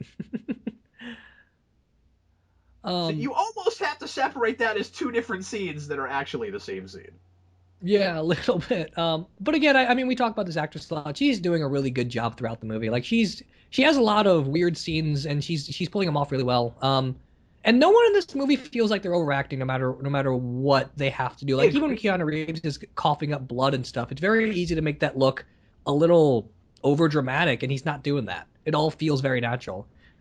Like we said earlier, this is a really well-directed movie, even if the script falters in places. Yeah, she's really selling it and makes me feel like she understands this material a lot more than I do. Yeah. No, I mean, I like her. I think she's fantastic. It's just I wish she was in better movies too, because I'm I with haven't you. It seen her in makes me anything wish else we that's could see her in good. other things. I think we just got lucky that this movie is as competently made as it Yeah. is. Yeah, for sure. And and again, I am not holding this up as anything like one of the pinnacles of superhero movies. No, certainly As not. we said, it is ultra flawed. It is not a brilliant movie. But man, it's got some sparks of bossness, if nothing else, if not genius. Yeah, I mean, it's a really enjoyable movie. Um, and it's nice to just have various interpretations of Constantine, even if people can't read the Sure. comics necessarily. Like that Well, this character's is a got like character one you might. very consistent history, and so there's now that there's all these deviations, it makes him a little bit more accessible. Hey, Constantine needs to be careful because all that smoking could mess with his chances of pregnancy. We just talked over it a second ago, but his cross shotgun thing is the coolest. It's the most ridiculous and coolest weapon I ever. want one. It's the And coolest thing again, it's ever. one of those things that really fits this material so well because this movie's really absurd, Yeah. and it knows how absurd it is, and it totally gets away with stuff like that. And that's why I love like the Demon Bible so much. Yeah. Although that's the one place, again, I talked about this in the rewind with obnoxious just for the audience exposition, because you can't tell me that Constantine hasn't read that, and that even if he doesn't know that whole book really, really well, that'd be the one part you'd probably remember. That's true. It is a little bit Why are cross-country. there waving American flags on that screen? This guy's got a really nice suit, by the way. It's very 60s, but it's very nice. Okay, so we've got this Matrix like messed up Oh yeah, with the mirror. window what twisted reality kind of thing going on. I don't know what any of that meant, but okay. Yeah, I wasn't sure either. Here the special effects look pretty good, and some of the Okay, makeup here too. we go. Here's that line, man. He says that's better. Ah, natural. Okay. What again is a half breed? Yeah, So he's pretending to be a human. I don't know what a half breed is, Steve. yeah. I don't think the movie knows either. Okay, I didn't really need the overt in your face men. I don't know if I needed No, I that. don't need that either. It felt a little bit out of character that she would just leave that there too. The necklace. Um, I thought that too until I gave it another watch and realized that she didn't realize she left it, and it shot that way so that we'll know it's there. Oh, okay. So it's awkward. It's not believable at all because you're like, well, like how's it sitting right on top like that? If she accidentally pulled it off with the jacket, I can't Like believe that he I'm talking ties it about the around her logistics of neck. Like this. how does the necklace break off without her noticing? Yeah. But here in a little bit, she's going to grab for it for protection and realize it's not there. So she did not take that off on purpose.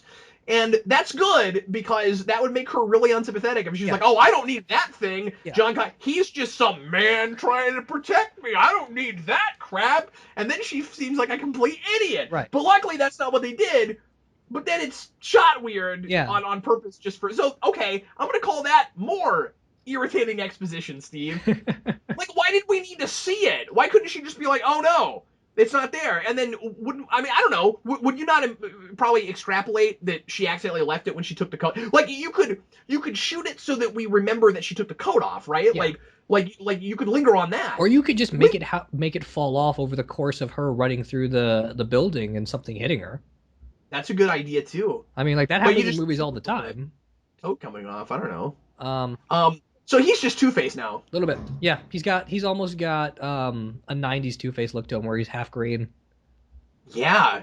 He's got the green Two Face thing. Okay, there is no reason whatsoever that Balthazar here should believe anything about this bluff. No, obviously not. It's a really cool scene though. Out of context, it's a No, really cool it's scene. cool, but the more I thought about it, the more I didn't like it. No, that's fair. It doesn't make any sense, but again, Keanu Reeves just sells it so well, and that's most of this movie for me. Because at the end, Keanu Reeves is like, Constantine. He's Keanu Reeves. He's Keanu Constantine. Yeah, He's Keanu like, Constantine. he's like, you idiot, you know that you have to be forgiven to have your sins remitted. And it's like, well, but what about the whole he's a half breed thing, and he wouldn't have his sins forgiven anyway because he's not one of God's elite, and that's not how it works. Like that only works with human beings, And you and would that's you, that's Gabriel's whole thing.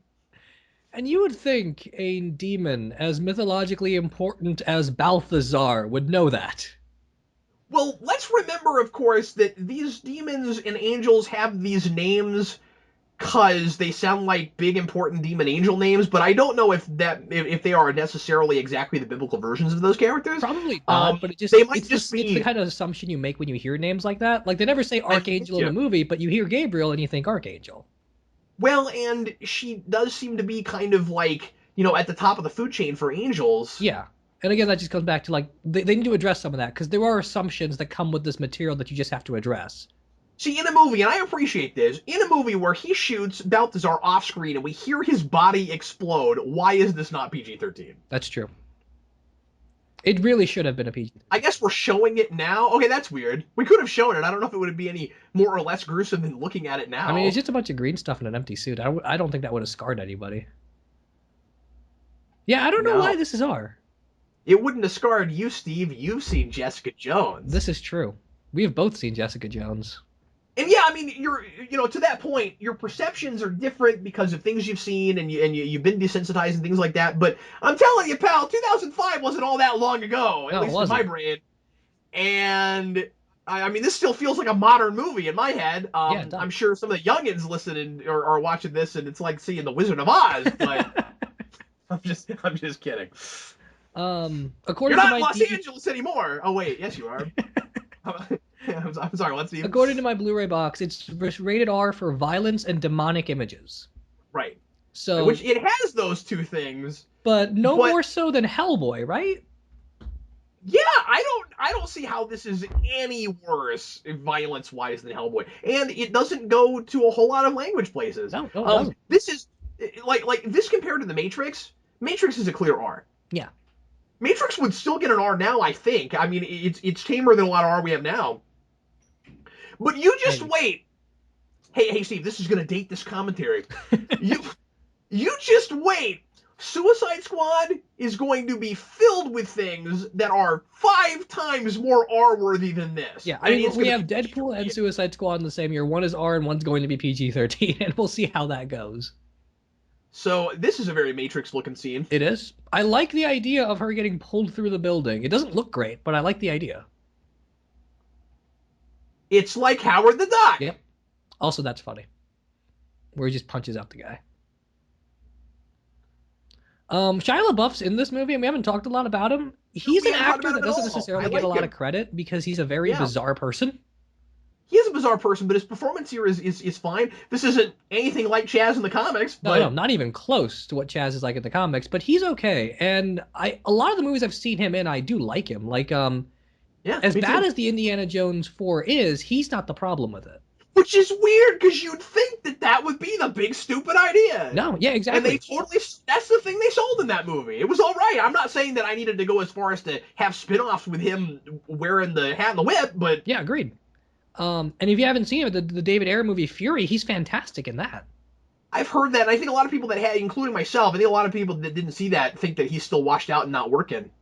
Yeah, you're right. I mean, most actors that people think are washed out were in that movie, and they were all fantastic. That's funny. Well, he keeps talking about how he's like not famous anymore, and I don't understand what that word means anymore. Yeah. Like, do you have to keep being in a bunch of movies to be thought of as famous? I mean, like, if I walk down the street right now and ask like 50 people if they've heard of Shia LaBeouf, 48 of them are going to say yes, probably. Yeah. He's a famous person. No, he totally is. I mean, he can make host a another screening movie. of all of He's his a movies, famous and people person. will follow that on Twitter all day. If that's not famous, I don't know what is. Yeah, I don't know. Oh, here's that great Yeah. line. $200 shirt, by the way. Now, the way he's delivering his lines is really natural. I think John Wick has a lot of that kind of mumbliness too, but maybe it's easier to understand it, again, as you said earlier, just because of the sound balance. John Wick is one of those movies where the sound work is so good that half the movie doesn't work without it, and so maybe that's why it sounds better. Like The musical cues, timing the gunshots with the music, the beats during certain scenes. It's a very music heavy movie. You know what's weird is all we're complaining about here is the sound balance. I don't think the sound design is bad. I Yeah. don't think the soundtrack is Yeah. bad. I just can't understand what people are saying half the time, and if I went to this in the theater, would have wanted subtitles on the big screen. Yeah, no, it's like having a conversation with someone in a crowded cafeteria. It's very hard to hear them. It's not the problem with the cafeteria, it's just loud. Yeah, it's just the way it was balanced. Go back and watch the first couple seasons of Enterprise. It has exactly the same problem. It's weird. Buffy and And when Angel I have play that a the little bit too. DVDs, and when I play the DVDs, which I don't do a lot, I have to turn up the sound a lot to even hear them. I mean, I guess It's to weird. Netflix's credit, I'm actually hearing it a little bit better than I am on my normal Blu-ray. Oh, really? I mean, I'm listening to it, but I have the sound down pretty low, so maybe they fixed the balance in this transfer. It might also just be speaker differences because I've got my laptop speakers and you have like actual speakers, so I don't know.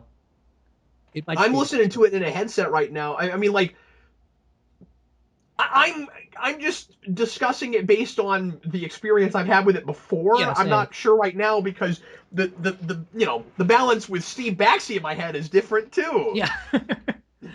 um, See, look, he's he's going through this kind of hell vision thing, and okay, he's not actually in hell right now. I realize that this is like the occult cerebro, yeah. but he is. But I like the colors and everything. Hell definitely looks the same for everybody. Yeah, I guess you're right. I guess it's just a matter of like we don't know the rest of that world outside of Los Angeles. Um, it also this movie does a pretty good job of not making sure we don't forget about the Spear of Destiny though. Like that's only got two token scenes before this, and it's very easy to just like forget that there's a guy walking around, but they keep that subplot working pretty well. Well, and what I really like about that, this is by the way surreal and cool. Oh yeah, totally. That scene I where kind of he's in like the the chair getting ready, I really like how both actors are playing that. well, and I also like Keanu Reeves like the sync being kind of off Yeah, and like you're only seeing some of the frames of it like that was a cool choice I think. yeah. Uh, Making bullets, la la la. this is just such a cool looking universe. I kind of just want to visit it. Like, if there is an art book, I will buy it because Steve there's wants so to much. go to hell. Apparently, Steve Baxi in hell. In hell. See, I'm not Steve Baxi. I'm something it'll else. be the most boring hell story ever because I'll be just sitting there with Lucifer saying, "So, what do you think of this philosopher? Are you a Hobbes guy or a Locke guy?" Ow, that poker hurts. Um, but just everything in this universe looks really good, and I really want like replicas of some of the stuff in here, like the chair and his shotgun thing and his lighter. Good point. It would have been cool if we had more merchandising for this movie. Yeah, I I don't think some even of think these. there's like a movie Masterworks or anything kind of figures for Keanu Reeves as Constantine. I think he got a couple figures. I'll look that up. I'm not sure, but I think some of these characters actually would have made for kind of cool looking figures, especially if they were done by like maybe Art Asylum Yeah, maybe. or NECA. I You know there know, was it's a movie something. statue for Constantine. I just wasn't sure if there's anything else. Well, luckily, with the power of the internet, which we're using to record this commentary, we can find out at the touch of a button. Well, a few buttons as I'm typing things A out. couple buttons, a couple of mouse clicks, you know. Le, LaBeouf. Chaz is weird. Chaz is weird in this because he kind of just disappears through most of the Yep. movie, and when he suddenly comes back, my wife and I had an argument about this, and she was like, "Well, what? John Constantine is not going to drive his own car." And she was like, Angela is gone now, and John Constantine needs someone to chauffeur him around. So that's why we brought back the kid sidekick. Which gets problematic at the post-credit scene when he turns into an angel. And I have It's no just, idea it's what hard that to means. really appreciate his sacrificial death when it happens because like all of the other supporting cast he just doesn't get enough screen time and it's easy to forget he's there. I mean Yeah. like you were talking about the Spear of Destiny, you forget that's there, that's a good thing. You don't Yes. want to forget that he's there. Now we do need to talk about the kind of typical MacGuffin artifact thing where Yeah. everybody's kind of after this thing. It's handled pretty well here. because it's not so much about, well, I say everybody's after, it's not so much like everybody's trying to get at this thing, and that's taking the place of, character dimension and learning about these people and character arcs and stuff. It's typical in that these kind of stories often are all about an artifact, but again, it can get away with that because that's another one of those cliches that it gets away with being what it is. Right. I think Yeah, and for I mean the most most part, occult. even though Sorry, go ahead. I was just gonna say, even though I still don't understand the rules and the Spirit Destiny is part of that whole problem, but it doesn't feel like we're spending the whole movie simply generically running around after some magical, powerful thing like the Super Mario Brothers movie. Yeah, no, exactly. And I mean, most occult stories do that, where there is just some magic object that everyone's after. And of those kinds of stories, I think this one works probably the best. I think Hellboy's even that way, isn't it? Yeah. Even the second one to a degree with the twins. Oh yeah, it's a good point. So I mean, I don't really mind it. And you're right, it is handled pretty well. And like we keep saying, like it's just such a well put together movie that it doesn't feel boring or dull in any place when it's trying to do that stuff. You're right. It looks like it just got statues. Okay. Well, I know I've seen the Keanu Reeves, the demons grasping at him and he's reaching up statue, but I haven't seen Because anything else. that's what everybody remembers about Yep. this movie. That leap is everything. The only other thing I'm finding right now is there was a prop replica of the shotgun, Oh, I want that. which is Bossa Nova. Is that expensive? I don't know. I don't see a Oh, okay. price. Oh, and then I'm seeing people doing cool customs. Okay. Um, Constantine movie shotgun replica on Amazon is $400. Get it. I am not that rich, but I Do I it. might. Get a coat. Get a John Constantine coat because we all know how much Steve loves his Yep. coats. And then put that with it. So I do think that we spent enough time with Chaz, a sufficient amount of time to get a sense of what he's all about and to kind of appreciate him. And his death is sort of sad, but I still think he needs to be on screen more.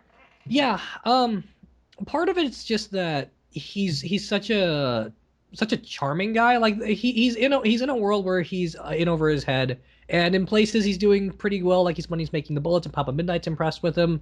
And there are places where John's trying to make sure he doesn't die, and so there's just stereotypical a little bit of like you care about him because he's the kid.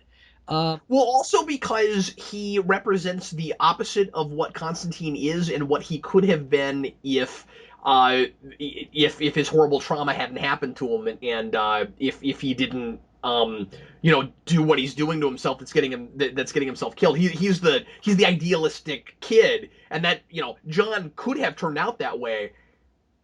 Right. Himself potentially, and it's refreshing to see a character like that in this dark looking universe. Somebody that's really eating this stuff up with a spoon and finding the fun in it. I hate the scene, Steve, You, because this action scene because yeah, it looks like I'm playing a video game, and there is a Constantine there game, is. and I hope to God, but I'm totally going to do a review of that at some point, Steve. I really want to do a superhero replay on that You game. should just And do when a I gameplay video of that. Oh God, when I see, I can't, I'm thinking about getting farther away from gameplay videos because I always just stand around for 15 minutes going, I don't know what I'm doing. If that game does not have an overhead view where you're shooting half-breeds down for that scene, I'm going to be sorely disappointed. Like the Batman Begins game with the tumbler running around. It needs that. Yes, it does. Except the difference there is that it won't have a thing in the corner that says 0 casualties. No, the action scene is stupid. It looks fantastic because, like you said, it's a video game, but it's stupid.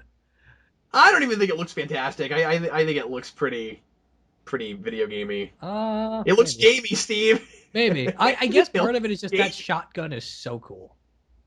No, that's cool. Yeah, I don't know. Um, Maybe if I didn't play video games, do you it would look. remember the Van Helsing movie with Hugh Jackman that came out around this time? I mean, I've been trying to suppress it up until you just brought it up again, but That's one of my yeah. sister's favorite movies, so it's hard. Is that? Oh well, sorry, Steve, sister. Sarah. Yeah. Your sister's name is my wife's name. Yep. Oh, I'm sorry. Was that like confidential information? No, it's cool. Oh, okay, great. I'm like, oh, I'm revealing personal things about Steve. Steve also owns a lot of coats. I do. I own lots of coats and lots of suits. personal. Sometimes Steve is so into fashion, he'll sometimes send me coats he thinks I should have. He's like, Cap, this coat would look great on you. I'm like, I have no friends, male or female, that do this with me. I love that, Steve. I love fashion. I have talked to people and they say I have the taste of a gay man, and I'm okay with that. No, that's great. I just love Cool. clothes, but yeah. But anyway, what was I saying? Van Helsing. Van Helsing, man.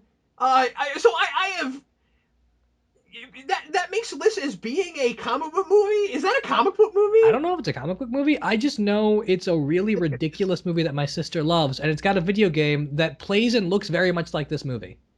Oh wow! I went and saw that in the theater and remember thinking, Hugh Jackman is the last person on Earth I would have cast in that role. Agreed. And I think there's supposed to be a reboot. So.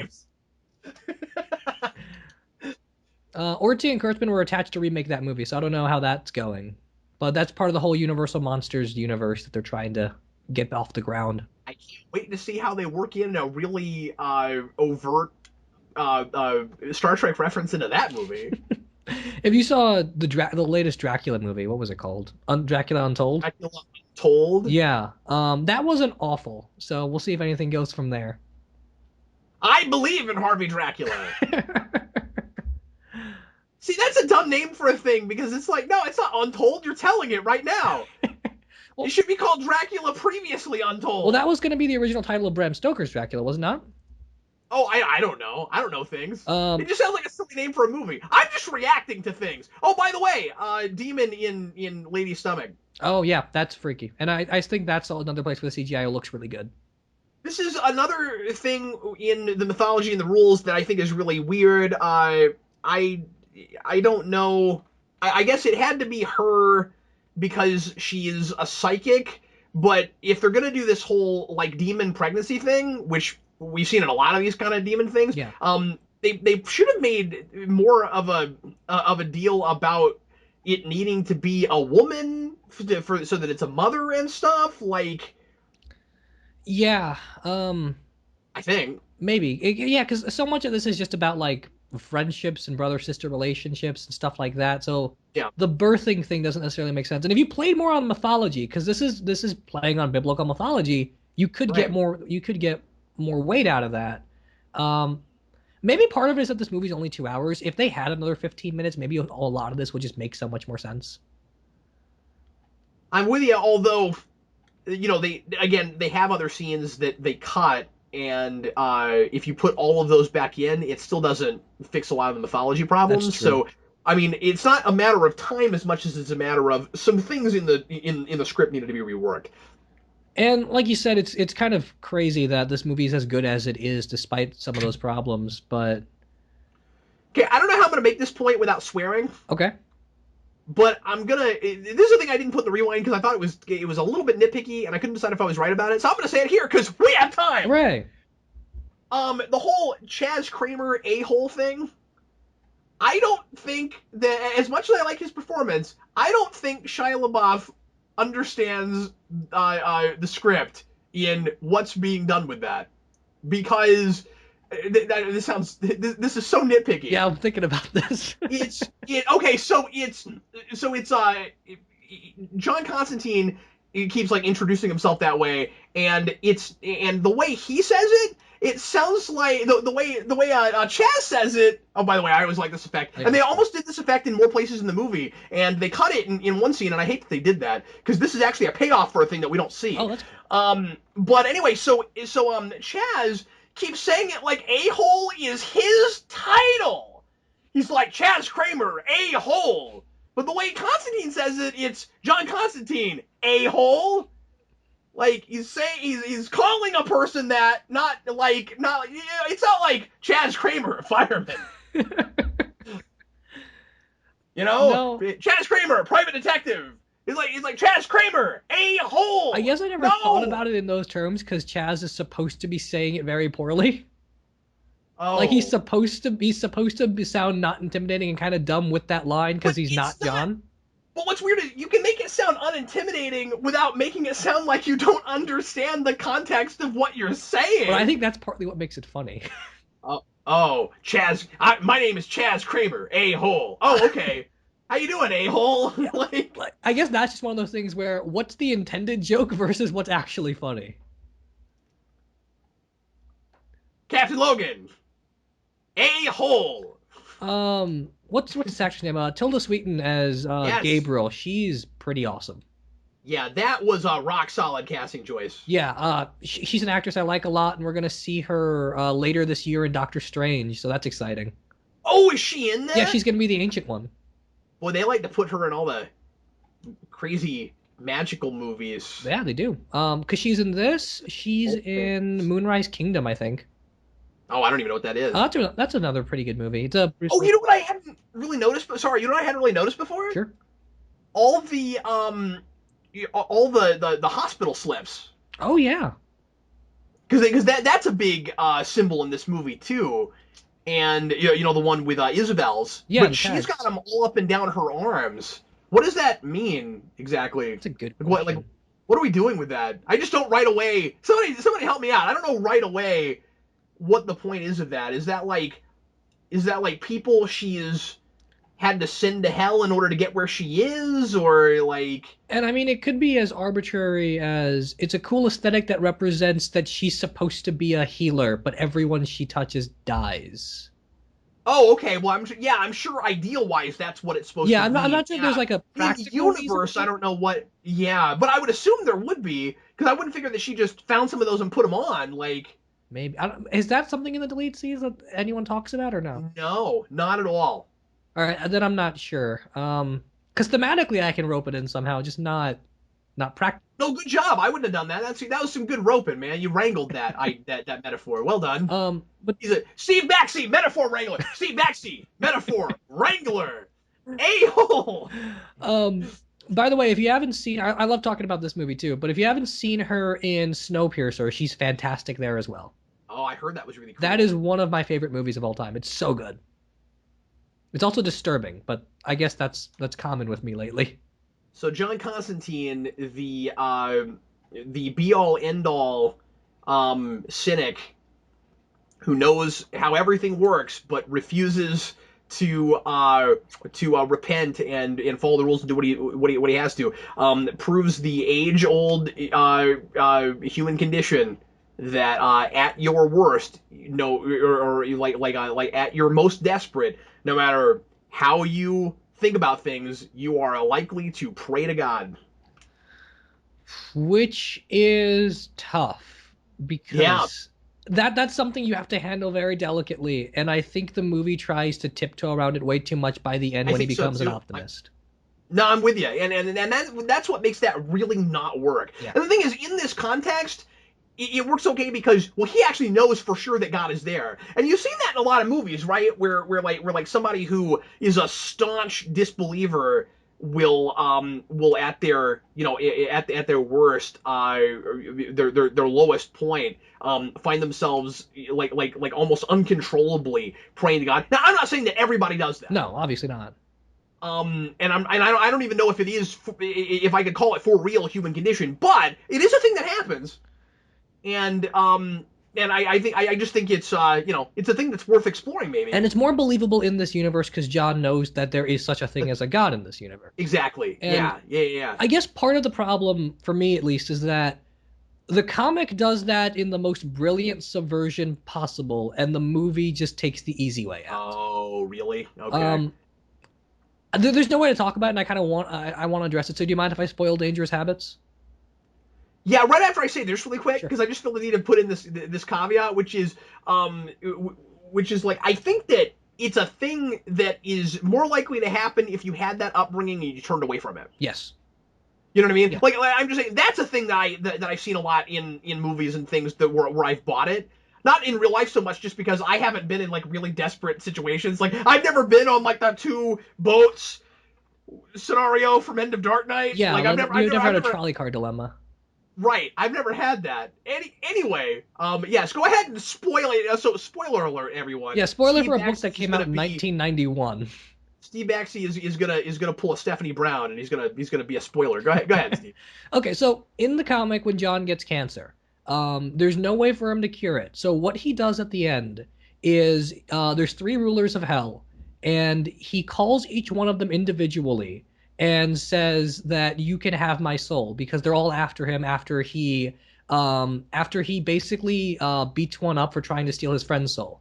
And so when all three show up at the end to collect his soul, they realize that none of them can do that because then hell would be at war with each other. And they can't let John die either because there's no way for them to settle it yet. So they have to let John live in order for them any one of them to get their prize without all dying.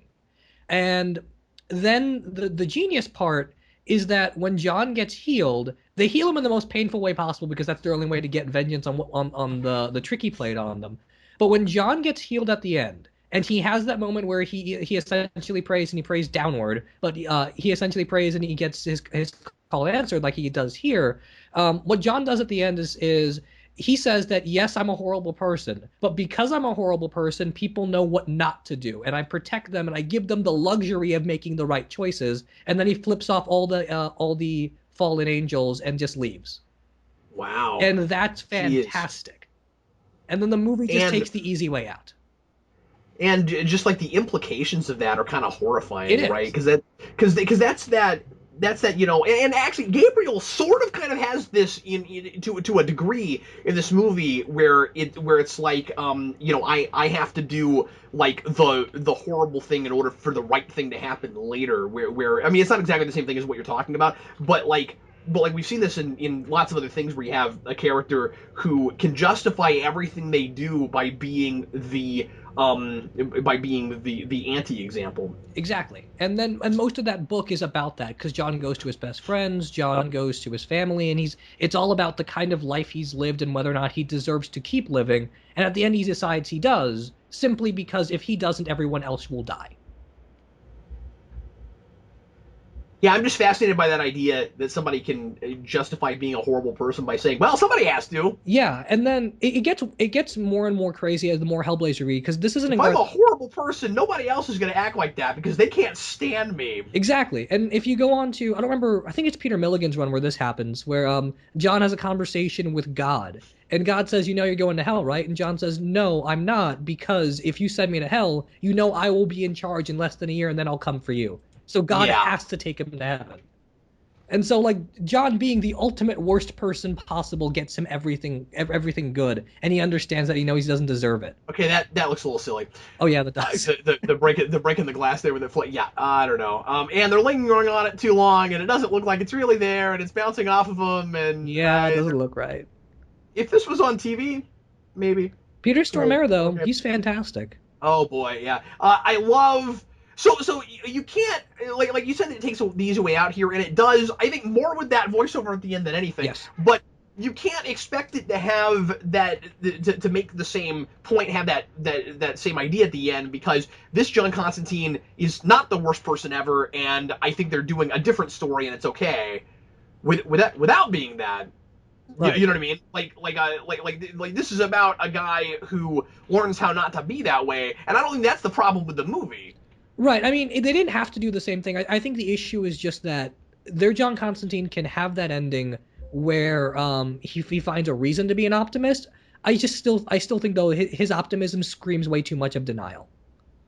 Oh, yeah, the spin he puts on it at the end is simply going too far. Yeah. I don't think there's anything wrong with the actions he takes. I don't like the conclusion he draws. That's Exactly. it. All you got to do is drop that out.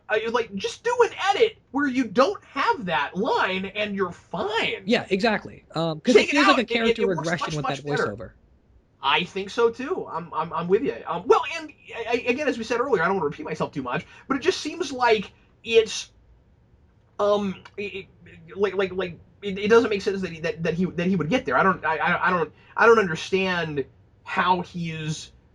Well, we'll talk about it when we get there. But Yeah. I just don't understand how exactly he's coming to this place of well, I guess God had a plan for me all the time, so it was all just fine. Like he should still be kind of jaded about things. Yeah. Um. I love we haven't talked at all about Satan. I love um Constantine calling him Lou. I think that's Yes, really that's fun. fantastic. This is the only time in subtitles I have ever seen Satan giggles. Yeah. Yeah, no, that's Um, fantastic. He's got the personality to fit that too. Like you could just see this guy walking absolutely around fun. going by Lou. My favorite thing about him is the mood swings. Yes. How just he'll turn on a dime, and it's all very obviously calculated. Yes. Again, Peter Stormare's fantastic. He also played Dracula in Batman versus Dracula. He's great in that too. Oh, he was Dracula in that. Well, man, that's a really good vocal performance. Yeah. Yeah, he played Dracula Like in that. now you got me. Hey, we should do a commentary on that We movie. should. I love that movie. He was also That's ironically, awesome. he's Gabriel in Dylan Dog. That is ironic. Well, and that's probably why that's why he's in that movie. It's directed by the same guy. Written by one of the same guys. I'm sorry, Yeah. written by whatever you said earlier. There's a connection where a person worked on that movie that worked on this movie. Yeah, and I don't know Boss. how exactly that all wound up working out, but he's cool in that movie too. So I like how Satan's power works, yes, where like he makes things happen in the moment by looking really dramatic and sinister and going. Not that you can see me doing that, but I did a really good impression of it, just so everybody knows. I also really like just the way magic in this universe works off of reflective surfaces. I think that's a really cool metaphor. Like everything that happens through a mirror in some way, shape, or form. And then also Gabriel lost her wings a second ago. I just want to mention Yeah. that Gabriel losing his wings in the comic didn't happen at the end of Dangerous Habits. It happened a little bit later. And basically in the comic, Gabriel doesn't work in heaven the way other angels do. He's got like a club on Earth. And John has a demon friend that he sets up as the perfect girlfriend for Gabriel to the point where Gabriel falls in love. She breaks his heart, and then when he's all depressed and he's lost everything because his dad knows he's dating a demon, John takes an axe and cuts off his wing, Oh, that's gruesome. and it's pretty horrifying. Yeah. Yeah, and again, all of that it's not even gratuitous. It's all like really important thematic stuff, but it's disturbing. I don't like this shot. I think this is a little hokey. Yeah, and you'd think that we'd have learned our lesson from the Matrix Revolutions, but whatever. Now the finger thing is funny, but everything else is hokey. Well, Yeah. and you said that they kind of got that from the comic, right? Yeah, a little bit, because he does that to the three rulers of hell, but he does that after he wins and walks away. This is less of that. Yeah, well, yeah. This is not that. Yeah, the arms going into his body doesn't look as good. That doesn't hold up. Although it's surprising because TV effects have actually come so far as that they look like big budget movie effects from 10 years ago, which is Oh, not I as know. insulting as it sounds. Yeah, no, it's getting really crazy what you can accomplish on TV and how close it is to stuff that we accepted on film, a decade ago. And Yeah. as I said, it just doesn't feel that long ago, but it does certainly feel like we've also kind of come a long way. Yeah. Like if you look at the wings for Gabriel and then look at the wings for the Angel in the Constantine TV series, and they both look really good. I am really impressed with. We were talking about balance and story balance earlier, and I'm really impressed with how absurd this movie is able to be, and yet how it deals with suicide and things like that in a kind of intelligent and I don't know, in an intelligent enough way Yeah. that it doesn't feel like it's like exploitative or anything. Yeah, I mean, it's all there to serve the characters in the story. It's not making a comment or a moral statement or anything about the topic of suicide. It's just I using it don't think so. effectively, Yeah, exactly. which is it's another dangerous balance to do that because you can either you can very easily go over one side too much and make it seem like you're commenting on that when you really don't want to. I guess the word I was looking for is delicate. Like it's Yeah, delicate enough with it, surprisingly, in this context, yeah. where it doesn't feel sensational or anything. Although I will admit, like there's a very easy birth rebirth kind of theme you could use here that ties the mythology into the characters that they never even broach. Do you think they should be doing that? Maybe. I feel like it's just so easy to do it. They could have. Like if they wanted to address some of the mythology stuff, maybe connect it through that rebirth thing. But they didn't even attempt it as far as I can tell so far. I guess maybe they did it in a way because game's got a new existence now, but it's not really the same thing as a rebirth theme. Well, and it just confuses the matter more because with the rules and stuff. Because again, I don't know exactly what she is now. Yeah, and then when Chaz at the end gets to be an angel, like what kind of rebirth is that, and why does he have that, and is it because she Yeah. lost her wings that he gets his wings? Well, I mean, I said I don't know what she is. She's I guess fully human now, and John makes a big deal out of that.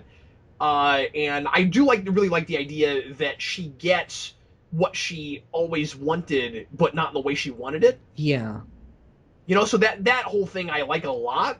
But so I guess it's given to her as a punishment. It's like this ironic thing. So God is not only working in mysterious ways, but he's also very ironic, Steve. yeah. Because God's like, well, you want to be one of my elite and be okay, fine. I'll take away all your power, and you can have that, and you can feel totally useless and not significant at all. See, just based off that, I wish this was in the same universe as Bruce Almighty. That's hilarious. That's I hilarious. want No, Morgan that'd be Freeman great. talking to Suddenly Keanu Morgan Reeves. Freeman walks in. And he's Yeah. got the same white suit thing as Satan does in this movie. See, I feel like that's exactly what Morgan Freeman's God would have done. Actually, is just turn her human. Probably. Um, Well, I'll take back what I said then. That's not really confusing things too much with the whole mythology thing. I just don't. I guess when I said that, I was just still thinking about the whole like. It seems like the half breeds they're kind of supposed to be sort of half human anyways. I don't know. I don't understand. yeah, Any of some it. of that just needs more dialogue somewhere, more exposition somewhere. For someone to have decided what it was in the first place, because I'm Yes. not convinced that happened. That's all I'm saying. We didn't talk anything about the fact that Gabriel has changed gender between the comics and this, and I like that no attention is brought to that whatsoever. Yeah, ultimately it doesn't matter. It doesn't matter. Yeah. We simply used the actor that best fit the part. And same with the Ancient One for Doctor Strange, because that's typically a male character in the comics, and it's a woman in the film, Weird and it that doesn't matter. it's her. Yeah. Yeah, so weird that she's got a history of that now, where she's playing traditionally male characters. But like angels are often portrayed as being kind of genderless anyway. Yeah, exactly. And I don't know. I think she does a really good. I think she has such a good performance. It doesn't matter. Like I don't think there's anyone else I would have cast for that role. The Gabriel in the comics isn't the same as the one here, but I'm with you. if you wanted to write the characters the same way, I'd still cast her. And I like Manny okay enough for the TV show, but he ain't Gabriel. No, no. Her best line delivery in the whole, or just my favorite in the whole movie, is "You could have shot me, John." Yeah, she's great with that. She's the big reason I want to watch Hail Caesar when that comes out, is because I really like her performances. I didn't even know about that. Uh, Hey Steve, you know what that's gonna do? It's gonna date this commentary. it's going to. It's going to very much take this commentary, just like that movie, which takes Okay, place in 1920. okay, just cut now. Just cut away now. Yep, end it here. Stop. End it here. No, stop. Steve, I guess there's a plan for all of us. Oh yeah. I guess from all of that, I can decide that I can tell that there was a plan. No, it's a choice that you make. Because as he says all this, now I feel like there's like a grand scheme I have to go back and try to, connect together. And Gabriel And even says it was your choice all along. So I don't know where yeah, he's getting that.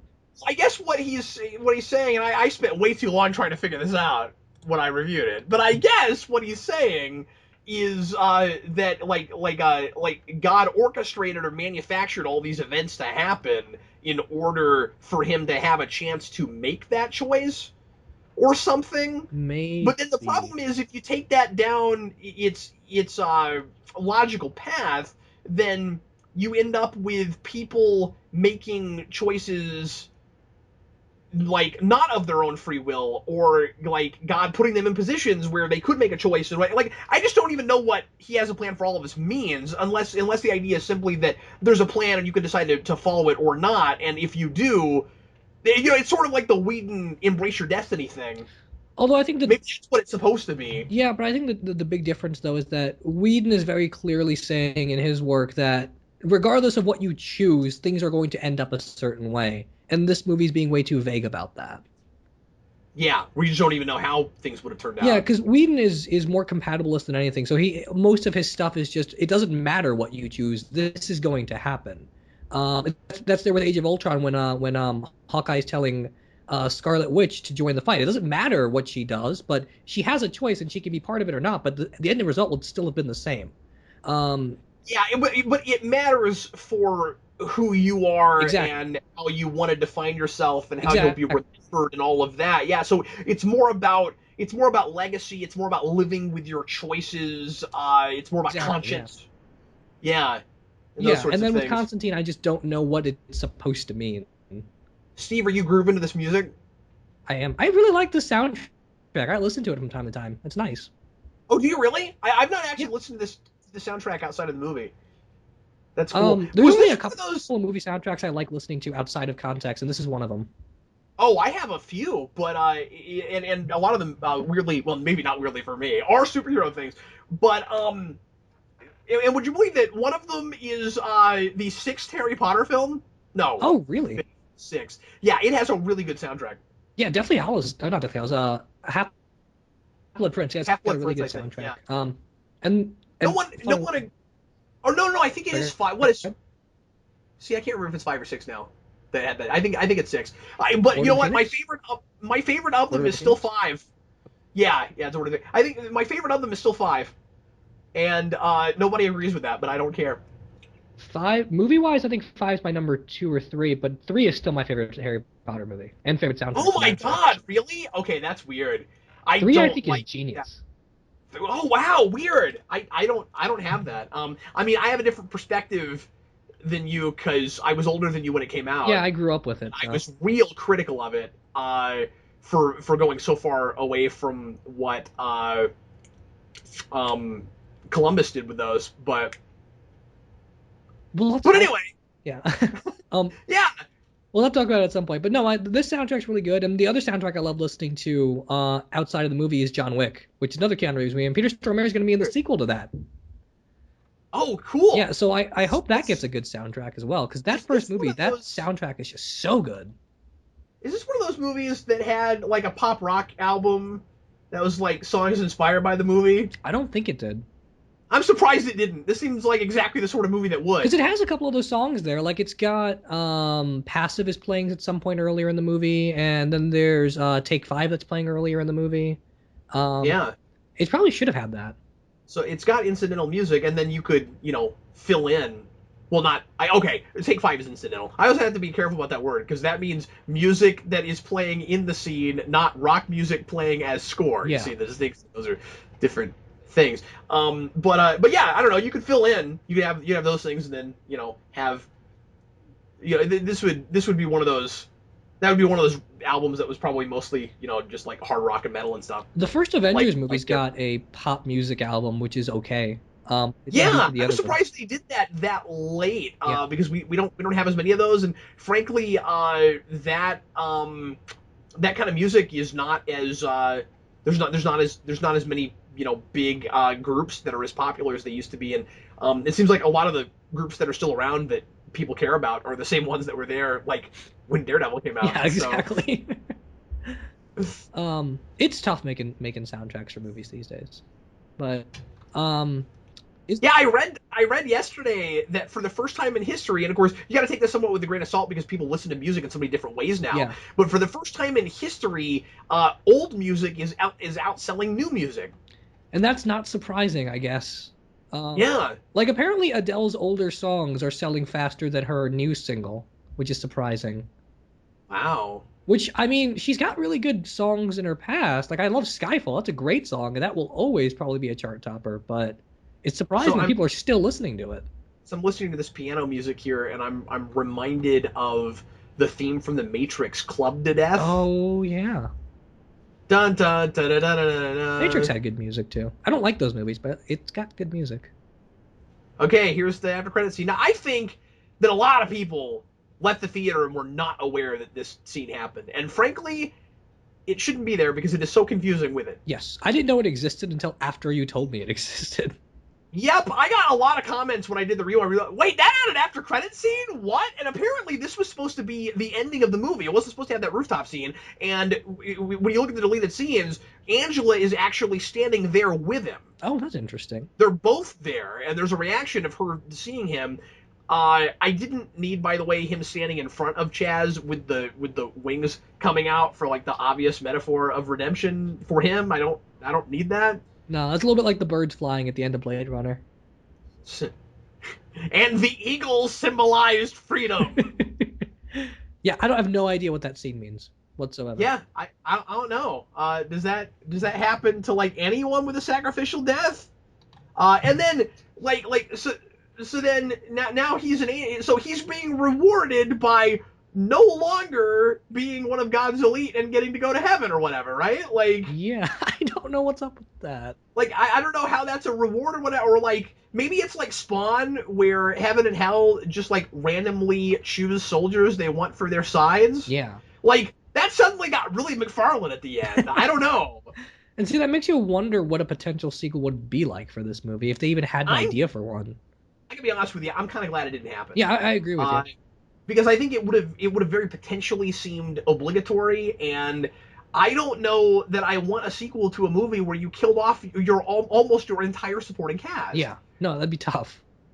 Because then you come back and you'd be like, oh well, this is popular enough. I guess we decided to make another one, and just the flavor would be weird. And I imagine hopefully this would not be what they would do. But again, who even knows who would be involved in stuff? So it's impossible to speculate. Yeah. But like, for whatever reason, I just imagine that as being another one of those sequels where the love interest is just mysteriously not around anymore for no good reason.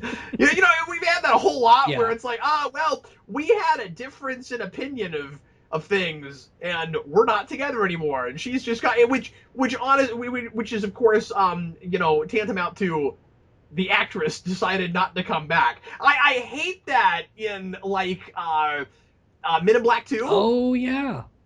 Where it's like she's just gone now, and we set it up so that she would be the new sidekick, but we gotta bring back Tommy Lee Jones or nobody will see that movie. Yep. And she's gone now because the actress isn't coming back. And no, that's kind of what happened in Karate Kid too, as well, where they go to Japan and he's like, oh well, my girlfriend dumped me after I won the tournament. Yeah, and then the same thing happened with Vicky Vale with Batman '89. Yeah, it did. where she's like Alfred, let's go home, and then you get to Batman Returns, and then like he talks to Selena Kyle about it, and he's basically just like, if memory serves, it's just sort of like, yeah, that didn't work out. Well, anyway, everybody, thanks as always for listening to our commentary podcast. Sure hope you enjoyed this one, and we will be back shortly with yet another one. I want to thank Mr. Goodplot, as always, for his absolutely hilarious title cards. We love them, and they're wonderful, and we will see you again shortly. I am Captain Logan. And I'm Steve Baxi. Thanks again for listening.